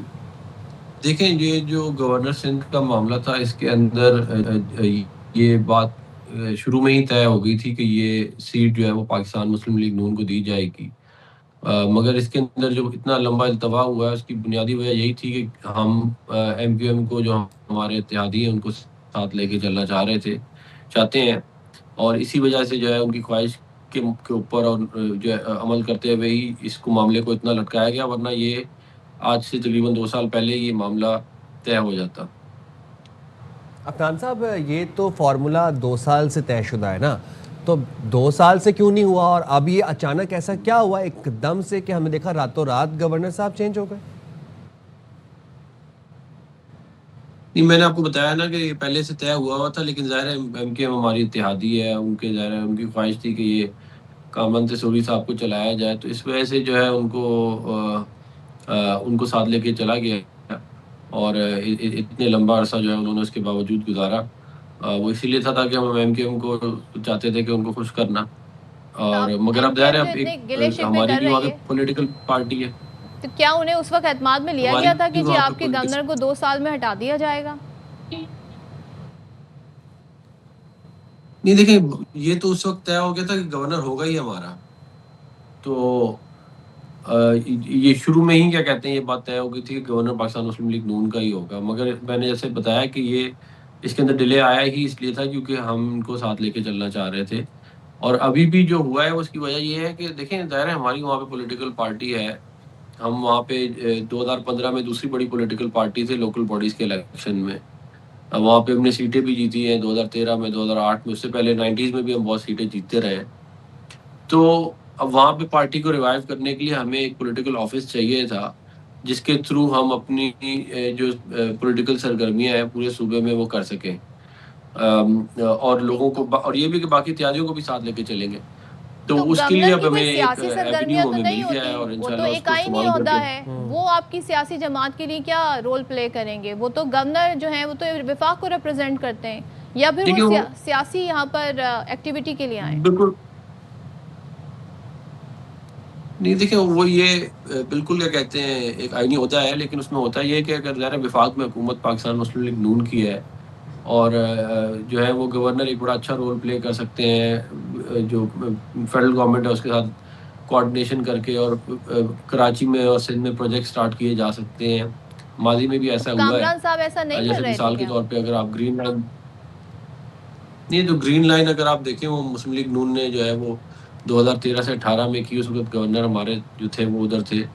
تو اس طرح کے پروجیکٹس وغیرہ جو ہیں وہ لگائے جا سکتے ہیں اور اس میں بہتر کوآرڈینیشن ہوتی ہے.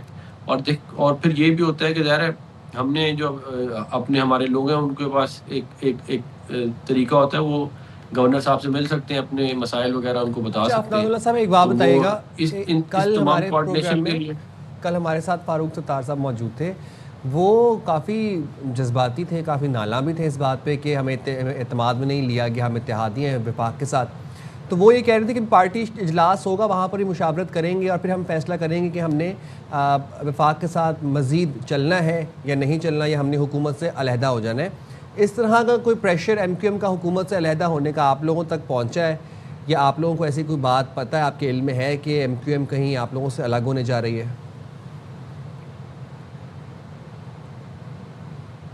دیکھیں میں آپ کو یقین دلاتا ہوں کہ ایم کیو ایم جو ہے وہ ہماری اتحادی رہے گی اور علیحدہ نہیں ہوں گے.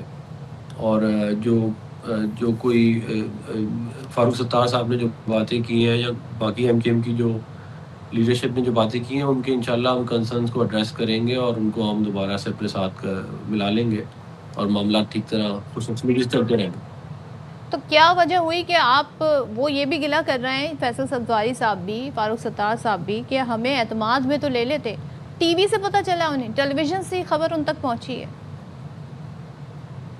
دیکھیں یہ بھی جو معاملہ تھا نا یہ کافی مہینوں سے ڈریگ ہو رہا تھا. یہ فیصلہ جو ہے یہ نومبر میں ہو گیا تھا پچھلے سال کہ گورنر تبدیل کرنے کا, اور لیکن اس کے باوجود کافی عرصے سے کافی مہینوں سے ڈریگ ہو رہا تھا, اور اس کی وجہ یہی تھی کہ یہ ٹگ آف وار چل رہی تھی کہ ان کا رہے گا یا ہمارا آ جائے گا. تو وہ ایونچولی دیکھیں ثوابدید تو فیڈرل گورنمنٹ کی اور پرائم منسٹر صاحب کی ہے, اور انہوں نے اس کو, اور معاہدہ بھی یہی ہوا تھا صحیح, تو اس کو استعمال اس کی روح سے جو ہے وہ ان کو تبدیل کیا گیا. رائٹ, ٹھیک ہے, بہت شکریہ افنان اللہ صاحب, آپ ہمارے ساتھ موجود تھے. شام گفتگو کر لیتے ہیں. ایم کیو ایم پاکستان کے رہنما وسیم اختر صاحب ہمارے ساتھ موجود ہیں. وسیم اختر صاحب بہت شکریہ, آپ نے پروگرام کے لیے وقت نکالا. ایم کیو ایم پاکستان کا شکوہ یہ ہے کہ گورنر سندھ کو ہٹانے پر وفاق کی جانب سے انہیں اعتماد میں نہیں لیا گیا, بلکہ ان کو یہ خبر میڈیا سے اٹ سیلف پتہ چلی. موجودہ حالات میں بطور اتحادی جماعت ایم کیو ایم اپنی پوزیشن کیا دیکھ رہی ہے؟ جی وسیم اختر صاحب. دیکھیں فی الحال تو سٹیٹس جو ہے سب کے سامنے وہ ہے, گورنر صاحب جو کامران تصوری صاحب تھے وہ جا چکے ہیں, اور میرے خیال میں نہال ہاشمی صاحب کا اوتھ ہونا باقی ہے. آج کل میں ان کا اوتھ بھی ہو جائے گا, ہو گیا وہ ہے احتجاج کہہ لیں یا ہلو جی سر آپ کو سن رہے ہیں, نہال ہاشمی صاحب کا تقرر ہو گیا ہے. جی تو احتجاج ریکارڈ کرانا تھا وہ ہم نے کرایا ہے. کولیشن پارٹنرز ہیں ہم, نہیں رکھا جاتا. ہم ہر تھک اینڈ تھن میں پی ایم ایل این کے ساتھ کھڑے تھے ماضی میں, تو یہ طریقہ صحیح نہیں ہے ہماری نظر میں. ایک روایت ہوتی ہے, ایک رولز ہوتے ہیں, ان کے ساتھ چلنا ہوتا ہے. ہم نے ہر ان کے کہنے پہ 26 امینڈمنٹ ہو یا 27ویں, ہم نے تو کوئی چوں چراں تو نہیں کی اور آپ کے کہنے پہ ووٹ ڈالے, مگر ایک طریقہ ہوتا ہے کہ اگر کوئی اعتراضات تھے تو وہ پارٹی کی قیادت کے سامنے لے کے آتے تو ان پہ بات ہو سکتی تھی, اور اگر کرنا تھا تو کم از کم انفارم تو کیا جاتا. نہیں تو آپ کا بنیادی شکوہ انفارم نہ کرنے پر ہے یا کامران ٹسوری صاحب کو ہٹا دینے پر ہے؟ آپ کے لیے ٹھیک ہے کامران ٹسوری صاحب کو ہٹا دیا, لیکن بتا تو دیتے شکوہ کس بات پہ ہے پھر آپ کا؟ جو طے ہوئی تھے تو ڈیویٹ کر چکے نا. اتنے ساری تھے کراچی سے پرٹین کر رہے تھے, 26 میں بھی نہیں آئے, 27 میں بھی نہیں آئے. پیپلز پارٹی کے کہنے سے 27 میں آپ نے اڑا دیے آرٹیکل 140A کو, تو مطلب ہماری تو مانی ہی نہیں گئی نا. نہ وہ سلاٹ ہمارے پاس رہنے دیا. گورنر کا سلاٹ جو تھا وہ ایم کیو ایم کا سلاٹ تھا, ایم کیو ایم کے پاس ہی رہنا چاہیے تھا. چلیں اگر کوئی وجہ بن رہی تھی جس پہ ہمیں کانفیڈنس میں لیا جاتا تو پھر ہم بھی, تو ہمارا احتجاج تو اپنی جگہ ہے. تو فاروق ستار صاحب تو کہہ رہے ہیں جی فی الفور ہمیں حکومت سے باہر آ جانا چاہیے. آپ کی پارٹی ممبر کیا رائے ہے اس بارے میں؟ میری بھی رائے یہ ہے کہ ایک پارٹی ہے, تھرڈ لارجسٹ پارٹی رہ چکی ہے ایم کیو ایم, اور کولیشن پارٹنر ہیں, ہمارے اچھے نمبرز ہیں, تو کم از کم ہمیں اس رویے حوالے سے کم از کم وزارتوں سے واپس آ جانا چاہیے, اور یہ تاکہ ہم اپنے عوام کو میسج تو دے سکیں. یہ ڈیسیجن آپ کب تک لینے والے؟ دیکھیں یہ ڈیسیجن جو پارٹی کی قیادت ہے وہ بیٹھے گی, میرے خیال میں پرائم منسٹر صاحب آگے ہوں گے, ان سے بات کریں گے. اچھا, کچھ اس طرح کی خبریں بھی تھیں وسیم اختر صاحب کہ ایم کیو ایم میں سیلف ایک ڈیوائیڈ ہے گورنر کامران ٹسوری کو لے کے. کچھ لوگ ایم کیو ایم میں سے بھی چاہتے ہیں کہ وہ اب اپنی گورنرشپ سے دستبردار ہو جائے. یہ گورنر اب گورنر کا معاملہ نہیں رہا. سنیں, اب یہ گورنر کامران ٹسوری صاحب کا معاملہ نہیں رہا, یہ پارٹی کا معاملہ ہے. پارٹی کی وہ تھی سیٹ, پارٹی کے نومینیٹڈ گورنر صاحب تھے, تو اب تو یہ فیکٹ تو پارٹی پہ آتا ہے نا, گورنر پہ نہیں آتا. گورنر صاحب تو چلے گئے, مگر یہ جو طریقہ کار ہے, جو ایٹیٹیوڈ ہے, یہ غلط ہے. نہیں, لیکن میں یہ پوچھنا چاہ رہا ہوں کہ مطلب ایسا ہو سکتا ہے کہ آپ کو نہ پتا ہو, فاروق ستار صاحب کو نہ پتا ہو, لیکن پارٹی میں کچھ اور لوگوں کو پتا ہو کہ گورنر صاحب جا رہے ہیں اور نہال ہاشمی صاحب آ رہے ہیں. جی وسیم مختار صاحب. خالد صاحب سے پوچھ لیں پھر آپ ان کو پتا تھا کہ نہیں. خالد صاحب سے بھی فون کر کے پوچھ لیں ان کو پتا تھا یا نہیں. اچھا, تاکہ آپ کو کنفرم ہو جائے. ہم تو بتا رہے ہیں نا آپ کو نہیں پتا تھا. ٹھیک ہے, تو اب وزیر اعظم سے ملاقات ہوگی, پھر آپ لوگ اپنا لاہ عمل بتائیں گے اور پھر ہم دیکھیں گے کہ جی ایم کیو ایم کیا فیصلہ کرتی ہے. ایم کیو ایم کو کمپنسیٹ کیا جائے گا تو مان لیں گے, یا پھر واقعتاً اب یہ دو ٹوک فیصلہ ہے کہ جی حکومت میں نہیں رہنا.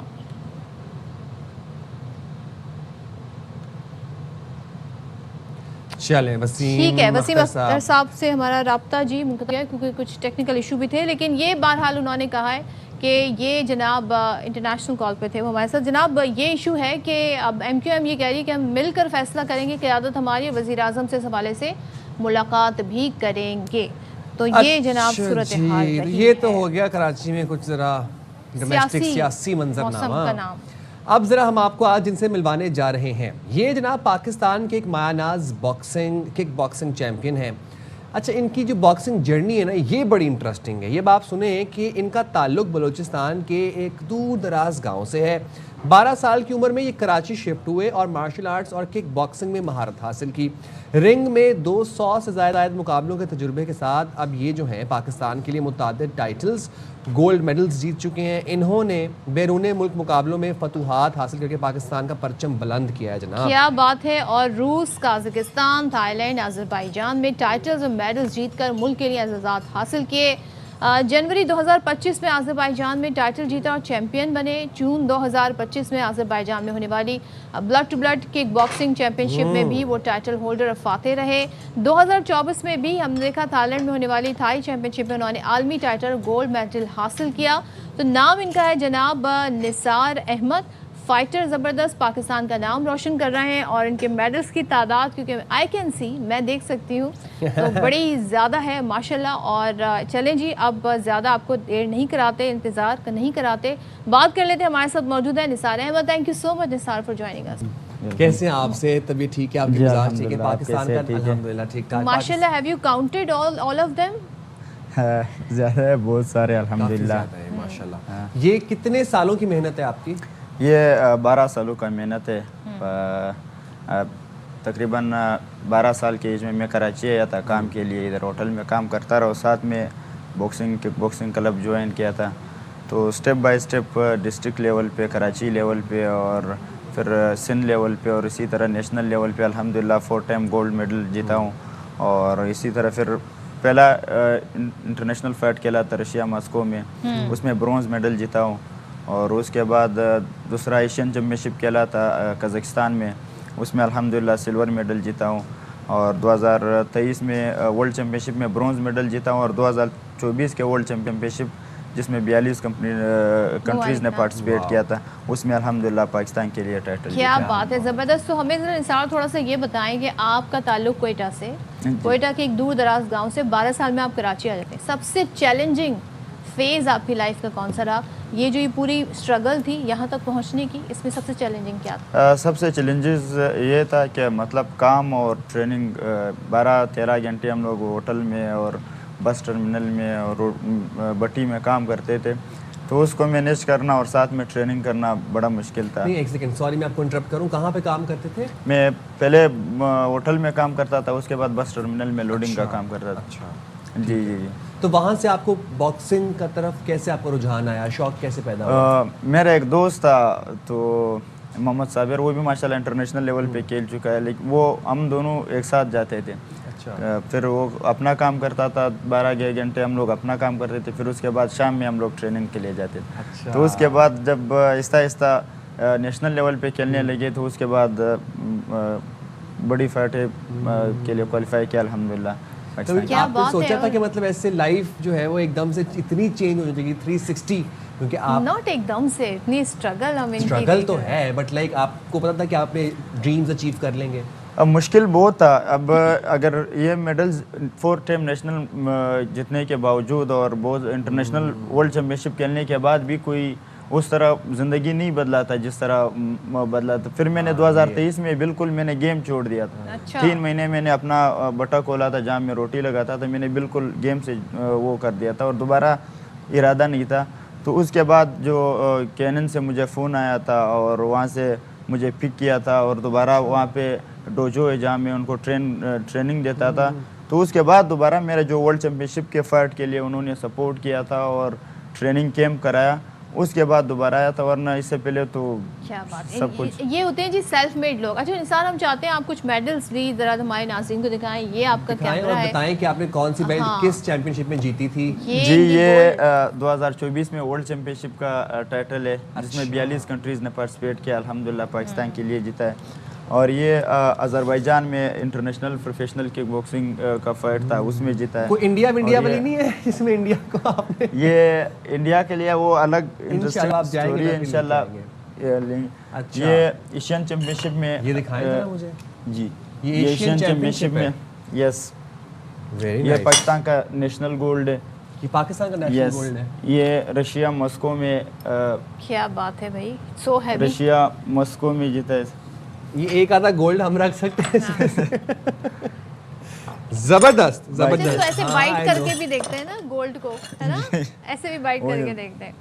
وکٹری سٹینڈ پہ کھڑے ہوتے ہیں تو اس میں اس کا ویسے مقصد کیا ہوتا ہے ایسے کرنے کا؟ وہ کوئی وکٹری بس وہ خوشی ہوتی ہے, ایک وکٹری کا اسٹائل ہوتا ہے. ایکچولی وہ گولڈ خالص گولڈ ہوتا ہے نا, تو اس میں آپ کے امپرنٹ ہو جاتے ہیں. اچھا وہ خالص گولڈ ہوتا ہے وہ والا, اس لیے ہوتا ہے. اچھا جی یہ بتائیے گا آپ کے پہلے کوچ یا مینٹور کون تھے؟ کیونکہ ہم یہ دیکھ رہے ہیں آپ تنہا اپنی سیلف جرنی میں ہمیں نظر آ رہے ہیں, لیکن کس نے آپ کو ٹریننگ دی, کون آپ کو موٹیویٹ کرتا تھا؟ جب شروع میں نے کلب جوائن کیا تھا اس ٹائم پہ تقریباً 2014-15 میں, اس ٹائم پہ ہمارے کلب کا 300 روپے فیس تھا, جو ہم لوگ منتھلی 300 روپے دیتے تھے اور اپنا ٹریننگ کرتے تھے. تو ہمارا پہلا کوچ ابھی بھی الحمدللہ وہی کوچ ہے, اقرار خان ٹائیگر تھا. انہوں نے ہمیں ٹرین کرتا تھا. تو کک باکسنگ شروع میں تو اس کو بھی پتہ نہیں تھا, اور ہمارے بھی 2 مہینے کے اندر بھی میرا پہلا فائٹ ہوا تھا. تو اس میں الحمدللہ پہلا فائٹ میں جیت گیا تھا.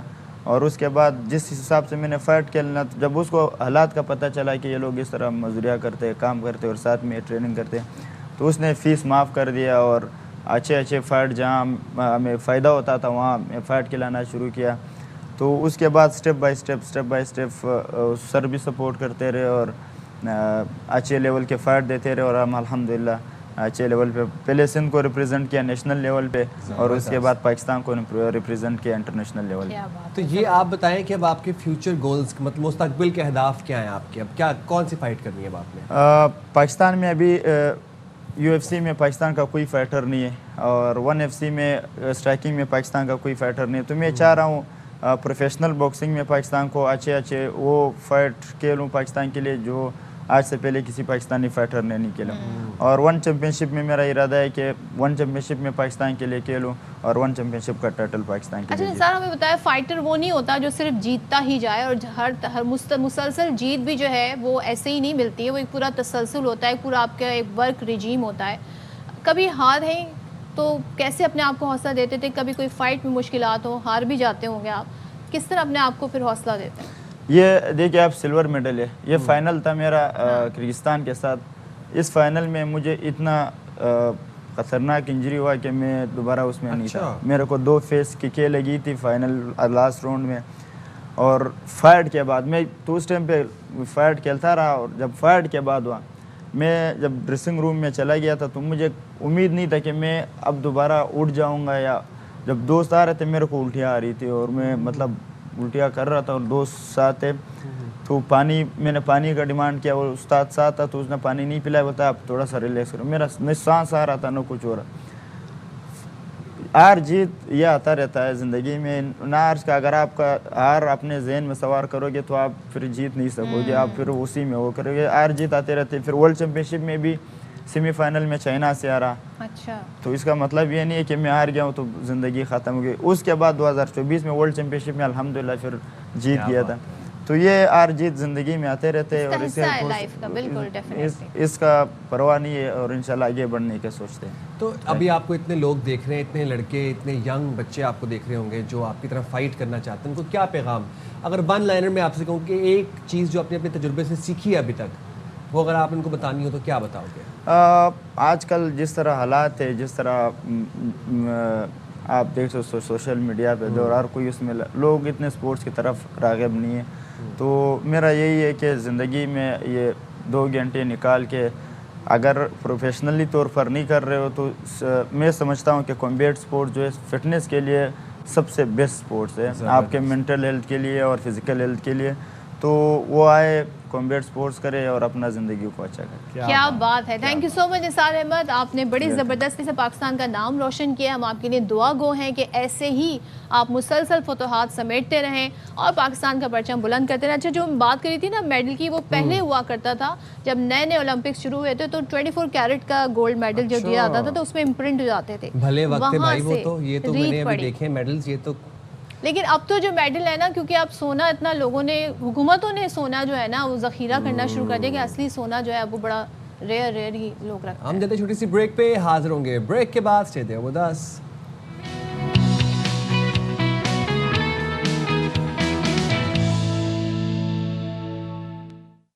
Welcome back once again. और जनाब, बांग्लादेश के अगेंस्ट पाकिस्तान का आज दूसरा वनडे और सीरीज़ बचानी है भाई। तो लेकिन पाकिस्तान ने जी पहले बैटिंग करते हुए 274 रन्स बना लिए हैं।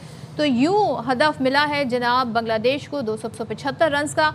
नुमाया जो कारकर्दगी दिखाई है वो दिखाई है जनाब मास सदाकत ने। उन्होंने 75 रन्स स्कोर किए हैं। वो दूसरे नंबर पर रहे सलमान अली आका, उन्होंने 64 रन्स बनाए हैं। इसी तरीके से हमारे साहबजादा फरहान जो है उन्होंने 31 रन्स बनाए हैं और साथ में हम देख रहे हैं बाकी भी आकर कोई ना कोई एक आध रन बनाता गया। लेकिन ये जो है नुमाया कारकर्दगी दिखाने वाले बैटर्स रहे पाकिस्तान। साहबजादा फरहान और मास सदाकत ने बड़ा अच्छा वैसे ना एक शराकतदारी प्रोवाइड की। मास सदाकत वाज परफॉर्मिंग टुडे और अच्छा ब्रिलियंट परफॉर्म करा था। मज़े की खबर आप लोगों को सुनाता हूँ। आपको मेरे पास एक बहुत मज़े की खबर है जनाब। द 100 प्लेयर्स ऑक्शन में पाकिस्तानी स्पिनर्स छा गए। उस्मान तारिक और इब्रार अहमद को टीमों ने पिक कर लिया। इनके लिए बिडिंग हुई और बड़ी अच्छी कीमत पे ये दोनों खिलाड़ी इब्रार अहमद और उस्मान तारिक को पिक किया गया। अब इसमें एंगल ये है कि वो जिन्होंने पिक किया, जिन्होंने बिडिंग की, वो भारतीय फ्रेंचाइज थी और भारतीय फ्रेंचाइज जनाब वो थी सनराइजर्स। और उन्होंने इब्रार अहमद को 7 करोड़ 12 लाख रुपए में पिक किया और उस्मान को बर्मिंघम की टीम ने 5 करोड़ 32 लाख रुपए में खरीदा। तो भारत में तो लग गया शोर। बैक स्टोरी ये है कि भारत ने कह दिया था उन तमाम फ्रेंचाइज को जिनका कहीं ना कहीं से ताल्लुक है भारत से कि आपने पाकिस्तानी प्लेयर्स को नहीं लेना है। तो ये तो भारत के साथ ही हाथ हो गया है यहाँ पर। और जिस पर हमने देखा कि बहुत सारे प्लेयर्स जो हैं, बहुत सारी टीमों के प्लेयर्स जो हैं, उन्होंने सीनियर प्लेयर्स ने काफ़ी शोर भी डाला था कि ये पाकिस्तान के साथ ज़्यादती हो रही है और भारत को ऐसा नहीं करना चाहिए। जनाब चलें जी, बात कर लेते हैं मैच की सिचुएशन के हवाले से भी और इस हवाले से भी नुमाइंदा खुसूसी बराए के शाहिद हाशमी हमारे साथ हैं।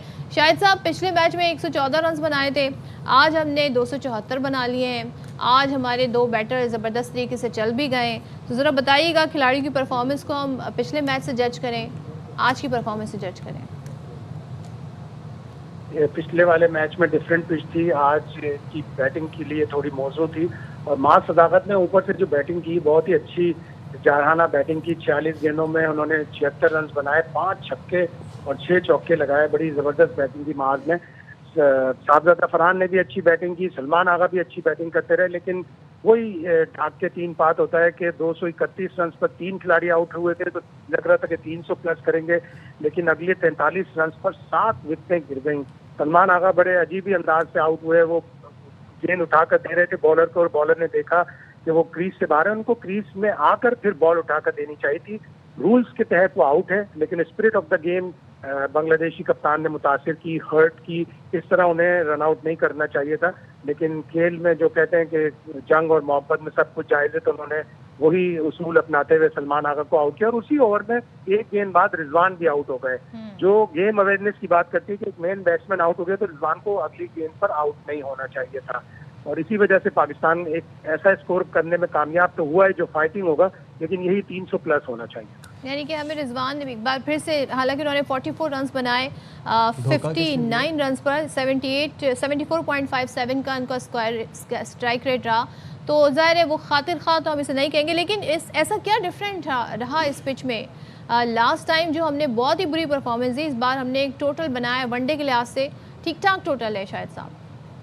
बिल्कुल ठीक ठाक टोटल है और इसको दिफा करना चाहिए, लेकिन आजकल 300 प्लस भी आप करते हैं तो आपको सामने वालों की विकेटें चाहिए होती हैं। अगर आप विकेटें नहीं लेते तो वो 300 रन 350 रन भी चेस कर लेते हैं। तो अटैकिंग क्रिकेट खेलनी पड़ेगी। आज हारिस रऊफ आए हैं, वो तेज गेंद करते हैं, लेकिन न जाने अब इस पिच पर उन्हें इतना बाउंस और इतना कैरी मिलेगा या नहीं मिलेगा। लेकिन फिर भी विकटों के ऊपर जाना चाहिए। अगर 1-2 चौके लगते हैं तो हमारे कप्तान फौरन स्लिप हटा लेते हैं, ये ना करें, इसलिए कि 274 रन चेजेबल है, चेज कर सकता है बांग्लादेश। जिस तरह उन्होंने पिछले मैच में सिर्फ 114 रन बनाने के लिए 15 ओवर ही लिए थे, वो चेज कर सकते हैं। आपको विकटें चाहिए होंगी अगर आपको ये मैच और सीरीज को बराबर करना है। वैसे क्या लग रहा है शाहिद भाई, 2014 के बाद से अब तक बांग्लादेश को होम ग्राउंड पर पाकिस्तान ने शिकस्त नहीं दी, इस मर्तबा क्या दिखाई दे रहा है आपको? हुई उसके बाद 2015 में पाकिस्तान 3-0 हारा था, उसके बाद से ये अगली सीरीज है वनडे की। T20 तो हम खेले हैं लेकिन हम वनडे नहीं खेले, तो लेकिन ठीक है कि एक ऐसा टोटल किया है जो फाइटिंग टोटल है, इसको दिफा करके सीरीज को बराबर करना चाहिए। और ये जो 100 प्लेयर्स ऑक्शन, 2 पाकिस्तानी हम देख रहे हैं स्पिनर्स छा गए, अबरार अहमद, उस्मान तारिक को टीमों ने पिक कर लिया है। भारत के लिए तो बड़ा सेटबैक है ये शायद साहब। कम से कम 4 खिलाड़ी पिक होने चाहिए थे। हारिस रऊफ को भी पिक होना चाहिए था, बिग बैश में अभी वो जबरदस्त कारकर्दगी दिखा के लाए। और इसी तरह साहबजादा फरहान T20 वर्ल्ड कप के हाईएस्ट स्कोरर थे, उनको भी पिक होना चाहिए था लेकिन वो नहीं हुए पिक, तो थोड़ा सा मायूस कौन है। लेकिन अबरार और उस्मान तारिक को पिक किया है। अभी से सनराइजर्स को धमकियां आ रही हैं कि वो पाकिस्तानी खिलाड़ी को क्यों लिया है, उससे विड्रॉ करें, लेकिन England and Wales cricket board ने बोला है कि अगर सनराइजर्स ने विड्रॉ किया और अबरार को हटाया तो उनको वो बैन कर दें। ठीक है, thank you so much. Shahid Hashmi साहब हमारे साथ थे जनाब। तो मैच में पाकिस्तान 274 बनाए, 275 का टारगेट दिया बांग्लादेश को। अब बांग्लादेश की टीम जो है उसने फाइट बैक किया था। लास्ट हमने देखा 115 रन का जो हदफ था उन्होंने 16वें-15वें ओवर में मुकम्मल कर लिया था। तो हमें भी जनाब जल्दी अर्ली विकेट्स लेनी होंगी ताकि मैच पर हमारी गिरफ्त जो है वो एक बात आप लोग देखें, 100 में जो हुआ, अब यही शाहरुख खान ने अपनी टीम के लिए जब मुस्तफिजुर रहमान को पिक किया था तो कितना शोर मचा था वहाँ पर, गद्दारी के वहाँ पर इल्ज़ामात लग गए थे, उस पर भी और इस पर भी। आप देखते हैं जनाब किस पे, मतलब ये एक बहुत नॉनसेंसिकल हरकत है, किसी भी के साथ भी नहीं होनी चाहिए। लेकिन सिंस वो एक इंडियन टीम है, हिंदू वो जो उनका है, तो फ्रेंचाइजर्स हैं, तो इस वजह से वहाँ पे इतना शोर इस्तेमाल नहीं है। जाएंगे छोटी सी ब्रेक पे, हाजिर होंगे ब्रेक के बाद। स्टे देयर विद अस।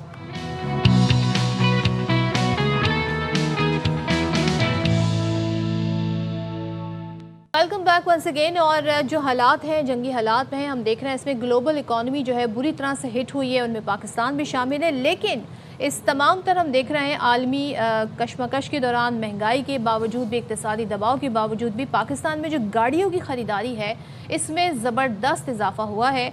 और पाकिस्तान ऑटोमोबाइल मैन्युफैक्चरर्स एसोसिएशन के मुताबिक फरवरी 2026 में गाड़ियों की फ़रोख्त में 41.7% इजाफा रिकॉर्ड किया गया और ये तादाद 17,121 यूनिट्स तक पहुंच गई है। गुज़िश्ता साल इसी अरसे में हमने ये देखा था कि सिर्फ 12,084 यूनिट्स फरोख्त हुए थी। रवा माली साल के पहले 8 महीनों में मजमूई तौर पर 1,28,489 गाड़ियाँ फरोख्त हुई, जो माली साल हम देखते हैं 2025 के इसी अरसे के मुकाबले में 43.2% ज़्यादा है। अब 1,300 सीसी और उससे ज़्यादा इंजन वाली गाड़ियाँ जो हैं, जिनमें टोयोटा है 3,102 यूनिट्स फ़रोख्त करके बढ़तरी हासिल की है, जबकि मुताद्दिद फिर और भी ब्रांड्स हैं, उनका एक क्या नाम है, एक पूरी सीरीज़ है, स्टैट्स हमारे पास मौजूद हैं। तो फिर गुफ्तगू कर लेते हैं, बात कर लेते हैं। मौजूद है automobile expert Mashhood Khan. Thank you so much Mashhood for joining us. बताइएगा क्या वजूहात हैं? इस वक्त तो हम देख रहे हैं कि बड़ी इक्तिसादी दबाव है, सब जो है अपने बजट को कट कर रहे हैं। ऐसे में पाकिस्तान में गाड़ियों की ख़रीदारी जो है उसमें इजाफा हुआ है पिछले साल की निस्बत। ये इजाफा क्यों हो रहा है? कौन से ऐसे फैक्टर्स हैं जिनकी वजह से इजाफा हुआ है? जी अस्सलाम वालेकुम। देखिए, जो सूरत हाल है इसमें अगर हम मवाजना कर रहे हैं तो पिछले 2 साल पहले जो इंडस्ट्री थी वो 70 से 80 हज़ार की वॉल्यूम पे चली गई थी 4 व्हीलर्स, तो वहाँ से उसका कम बैक है। मगर पाकिस्तान में जो ऑटोमोबाइल्स के जो 4 व्हीलर्स हैं उसकी जो बेंचमार्क है ना, वो हमेशा हम कहते हैं वो 200 प्लस है। हमने जब भी देखा है कि 2 लाख से अबव जो है ना इंडस्ट्री को के प्लेयर्स के लिए और उसकी पार्ट्स मैन्युफैक्चर के लिए बड़े मुस्बत रहा है। तो उसके बाद से आप देख रहे हैं रिकवरी पिछले साल भी आपने देखी है। 2025 थोड़ा कदरे बेहतर था, 2026 जो चल रहा है इसमें बड़ी उम्मीदें हैं कि इंडस्ट्री दोबारा 2 लाख के करीब फिगर्स के पहुंच पाएगी। तो ये पॉजिटिव 2 बड़ी वजूहत। इकोनॉमी में जो चेंजेस हमने 2-3 साल की बाद इम्प्रूवमेंट देखी थी, वो एक थी कि आपकी डॉलर की स्टेबिलिटी है, दूसरा आपका इन्फ्लेशन आपका कंट्रोल किया गया, तो उसकी वजह से इंडस्ट्रीज ने कम बैक किया है। मगर आज के दिन अगर हम करंट सिनेरियो में पाकिस्तान को देखेंगे, ग्लोबल पॉलिटिकल जो चेंजेस आ रही हैं उसकी वजह से पाकिस्तान एक अगेन इंडस्ट्री चैलेंजेस का शिकार होने जा रही है। हमने कोविड में देखा था इंडस्ट्रीज में आपकी शिपिंग लाइन का रेट्स बढ़ गए, शिपिंग लाइंस बंद हो गई। तो सिमिलर पोजीशंस कमिंग अप कि हमारे यहाँ शिपिंग लाइंस की डिले शुरू हो चुका है। इन्फ्लेशन का इम्पैक्ट अभी आपने देखा होगा, लास्ट वीक भी आपने पेट्रोल, क्योंकि automobile industry is based on the fuel vehicles, majority of the Pakistan जो है वो फ्यूल बेस्ड व्हीकल्स है, चाहे वो मोटरसाइकिल हो, चाहे ट्रक हो, या चाहे बसेस हो। उसमें आपने 50 रुपीज का जो जंप लिया है लास्ट वीक, तो ये एक पैनिक की इंडस्ट्रीज में अगेन दोबारा मच गई है कि 2-2.5 साल के बाद इंडस्ट्रीज ने कम बैक किया। आपने देखा पिछला महीना भी बड़ा अच्छा गया, ये महीना भी बड़ा अच्छा गया है, मगर अनसर्टेनिटी अगर ऐसी रहेगी, उसमें जो इंडस्ट्रियलिस्ट हैं, चाहे वो लार्ज स्केल हो या मीडियम या स्मॉल इंटरप्राइजेस हो, वो इस इन्फ्लेशन को का शिकार बर्दाश्त नहीं कर पाएंगे, जैसे उन्होंने कोविड में कम बैक किया था। इस वक्त वैसे ही हम बड़ी क्राइसिस के बाद हम एक इम्प्रूवमेंट की तरफ जा रहे हैं। अच्छा मशहूर साहब, ये बताएगा चाइना से जो गाड़ियां इस वक्त आ रही हैं उसने मार्केट में क्या असर डाला है? जो चाइनीज हम कार्स हम इंपोर्ट कर रहे हैं उसके क्या असरात है मार्केट पे?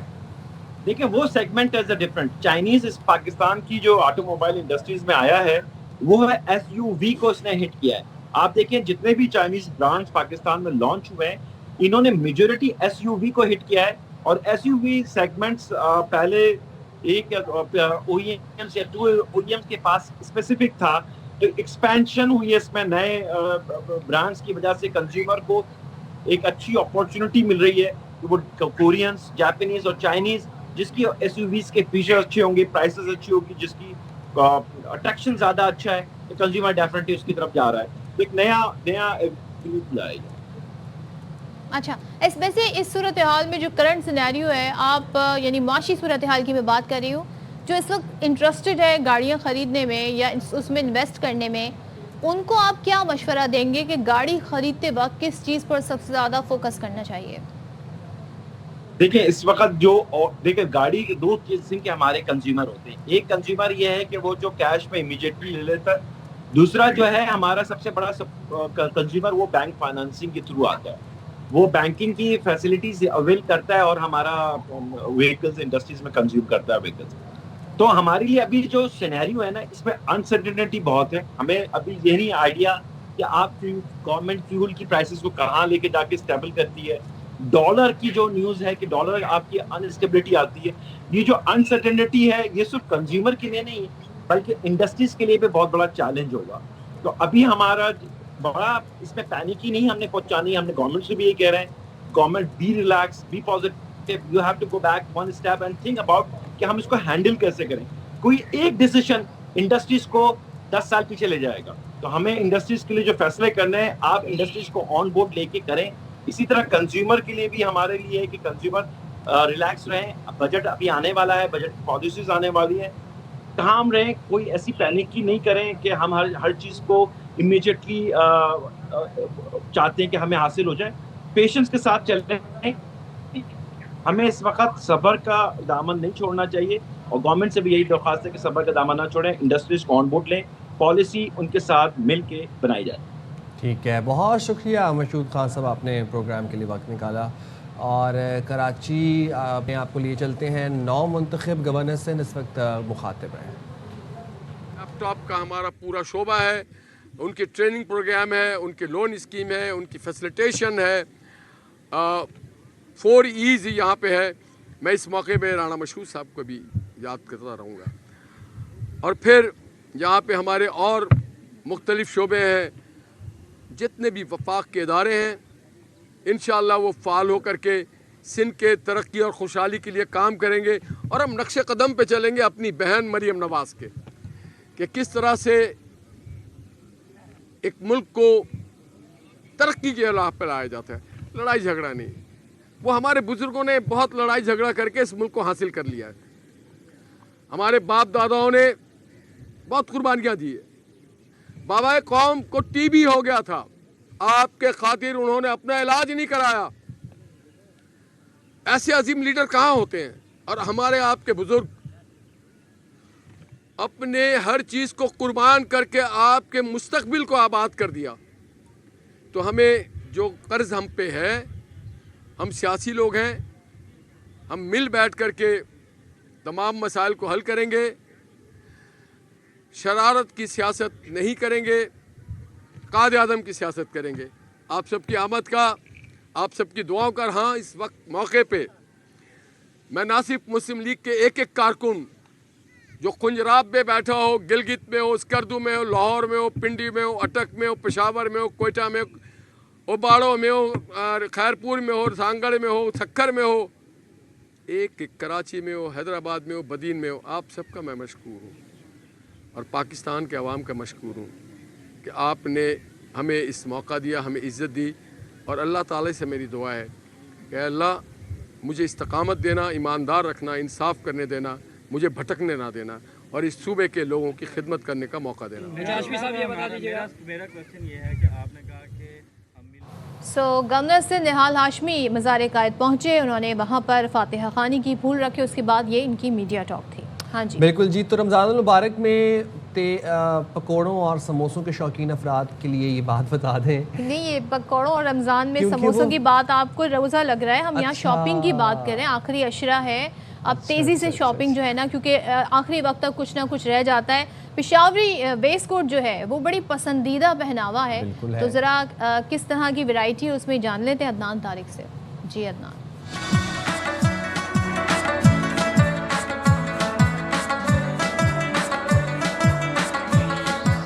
पेशावर के तमाम छोटे बड़े बाज़ारों में जो है ईद की शॉपिंग के हवाले से बहुत ज़्यादा जो है वो रश है। मैं पेशावर की वेस्ट कोट की मार्केट में मौजूद हूँ। पेशावर रवायती चप्पल के साथ साथ रवायती वास्कट जो है वो भी बहुत ज़्यादा जो है वो पसंद की जा रही है। ईद की तैयारियाँ शुरू है, आप देख सकते हैं लोग हुजूम आया हुआ है, लोग अपने लिए मुख्तलिफ़ किस्म के रंग बिरंग वास्कट्स जो है ना ख़रीद रहे हैं। और ये चूँकि कल्चर ट्रेंड भी है ना, तो इसका जो है ना मज़ा दुबाला हो जाता है। कौन कौन से मार्केट में इन डिज़ाइन आजकल और क्या क्या कीमत चल रही है वेस्ट कोट की? वेस्ट कोट की तो कीमत तकरीबन 1500 से 3500 3000 तक और 4500 तक भी हो हमारे पास वेस्ट कोट है। लेकिन अभी जो चल रहा है वी गला में चल रहा है, लोग वी गला में भी पसंद करते हैं और बैन में भी पसंद करते हैं। चेक भी है, मुख्तलिफ है, सब सोबर कलर्स भी है, फैशन में भी है। चेक वाली फैंसी वेस्टकोट, उसके साथ साथ मुख्तलिफ कलर की वेस्टकोट जो है वो पसंद की जा रही है। शहरियों का रश बहुत ज़्यादा है। ईद के लिए जिसने जिस कलर का सूट बनाया उस कलर की वेस्टकोट भी जो है वो भी ढूंढ रहे हैं और सब ने वीडियोस बनानी है, ईद पे तस्वीरें बनानी है। खुशियों के लम्हात को दोबाला करने के लिए जो है वो खूब ज़्यादा बाज़ारों में जो है मनपसंद शॉपिंग के लिए रश बढ़ गया है। जी क्या बात है। मेरा ध्यान पकौड़ों समोसों में इसलिए था क्योंकि मैं सरसों के तेल के बारे में ना रिसर्च कर रहा था। तो सरसों का तेल बड़ा इस्तेमाल किया जाता है रमज़ान मुबारक में, चाहे वो खाना पकाने के लिए आपने हांडी बनानी हो या समोसों पकौड़ों। बिल्कुल जी। तो अटक में माह रमज़ान के दौरान सरसों के तेल की तैयारी और ख़रीदो फरोख्त से मुतालिक लाला मोहम्मद सदीक ने रिपोर्ट तैयार की, आपको दिखाते हैं।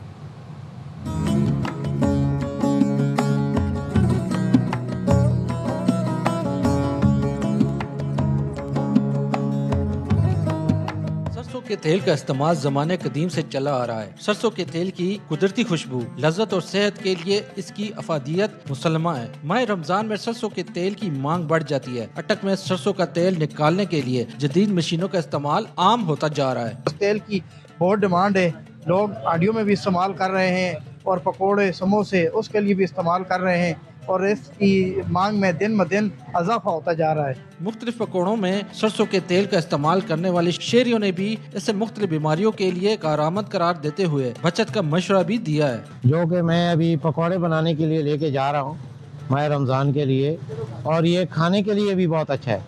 सालन में इस्तेमाल करें, जो चीज़ आप पकाएं जो कि ऑयल या घी वाली है उसमें आप इस्तेमाल कर सकते हैं। शहरी सरसों के तेल में तले समोसे, पकोड़े और दीगर पकवान हाथों हाथ खरीदते हैं। बहुत सारे लोग लेकर जाते हैं अपनों के लिए, अपने प्यारों के लिए, लोगों की इफ्तारी के लिए, दीगर इस तरह बहुत ज़्यादा इस्तेमाल होने वाले हमारे जो पकौड़े हैं स्पेशल जो ज़्यादा चलते हैं। इनकी स्पेशलिस्टी यही है कि जो सरसों में ऑयल तैयार करते हैं हम सरसों के ऑयल में। घर हो या बाजार, खाने में सरसों के तेल में तली अशिया सेहत बख्श समझी जाती हैं। लाला मोहम्मद सदीक, एयरवाई न्यूज़, अटक।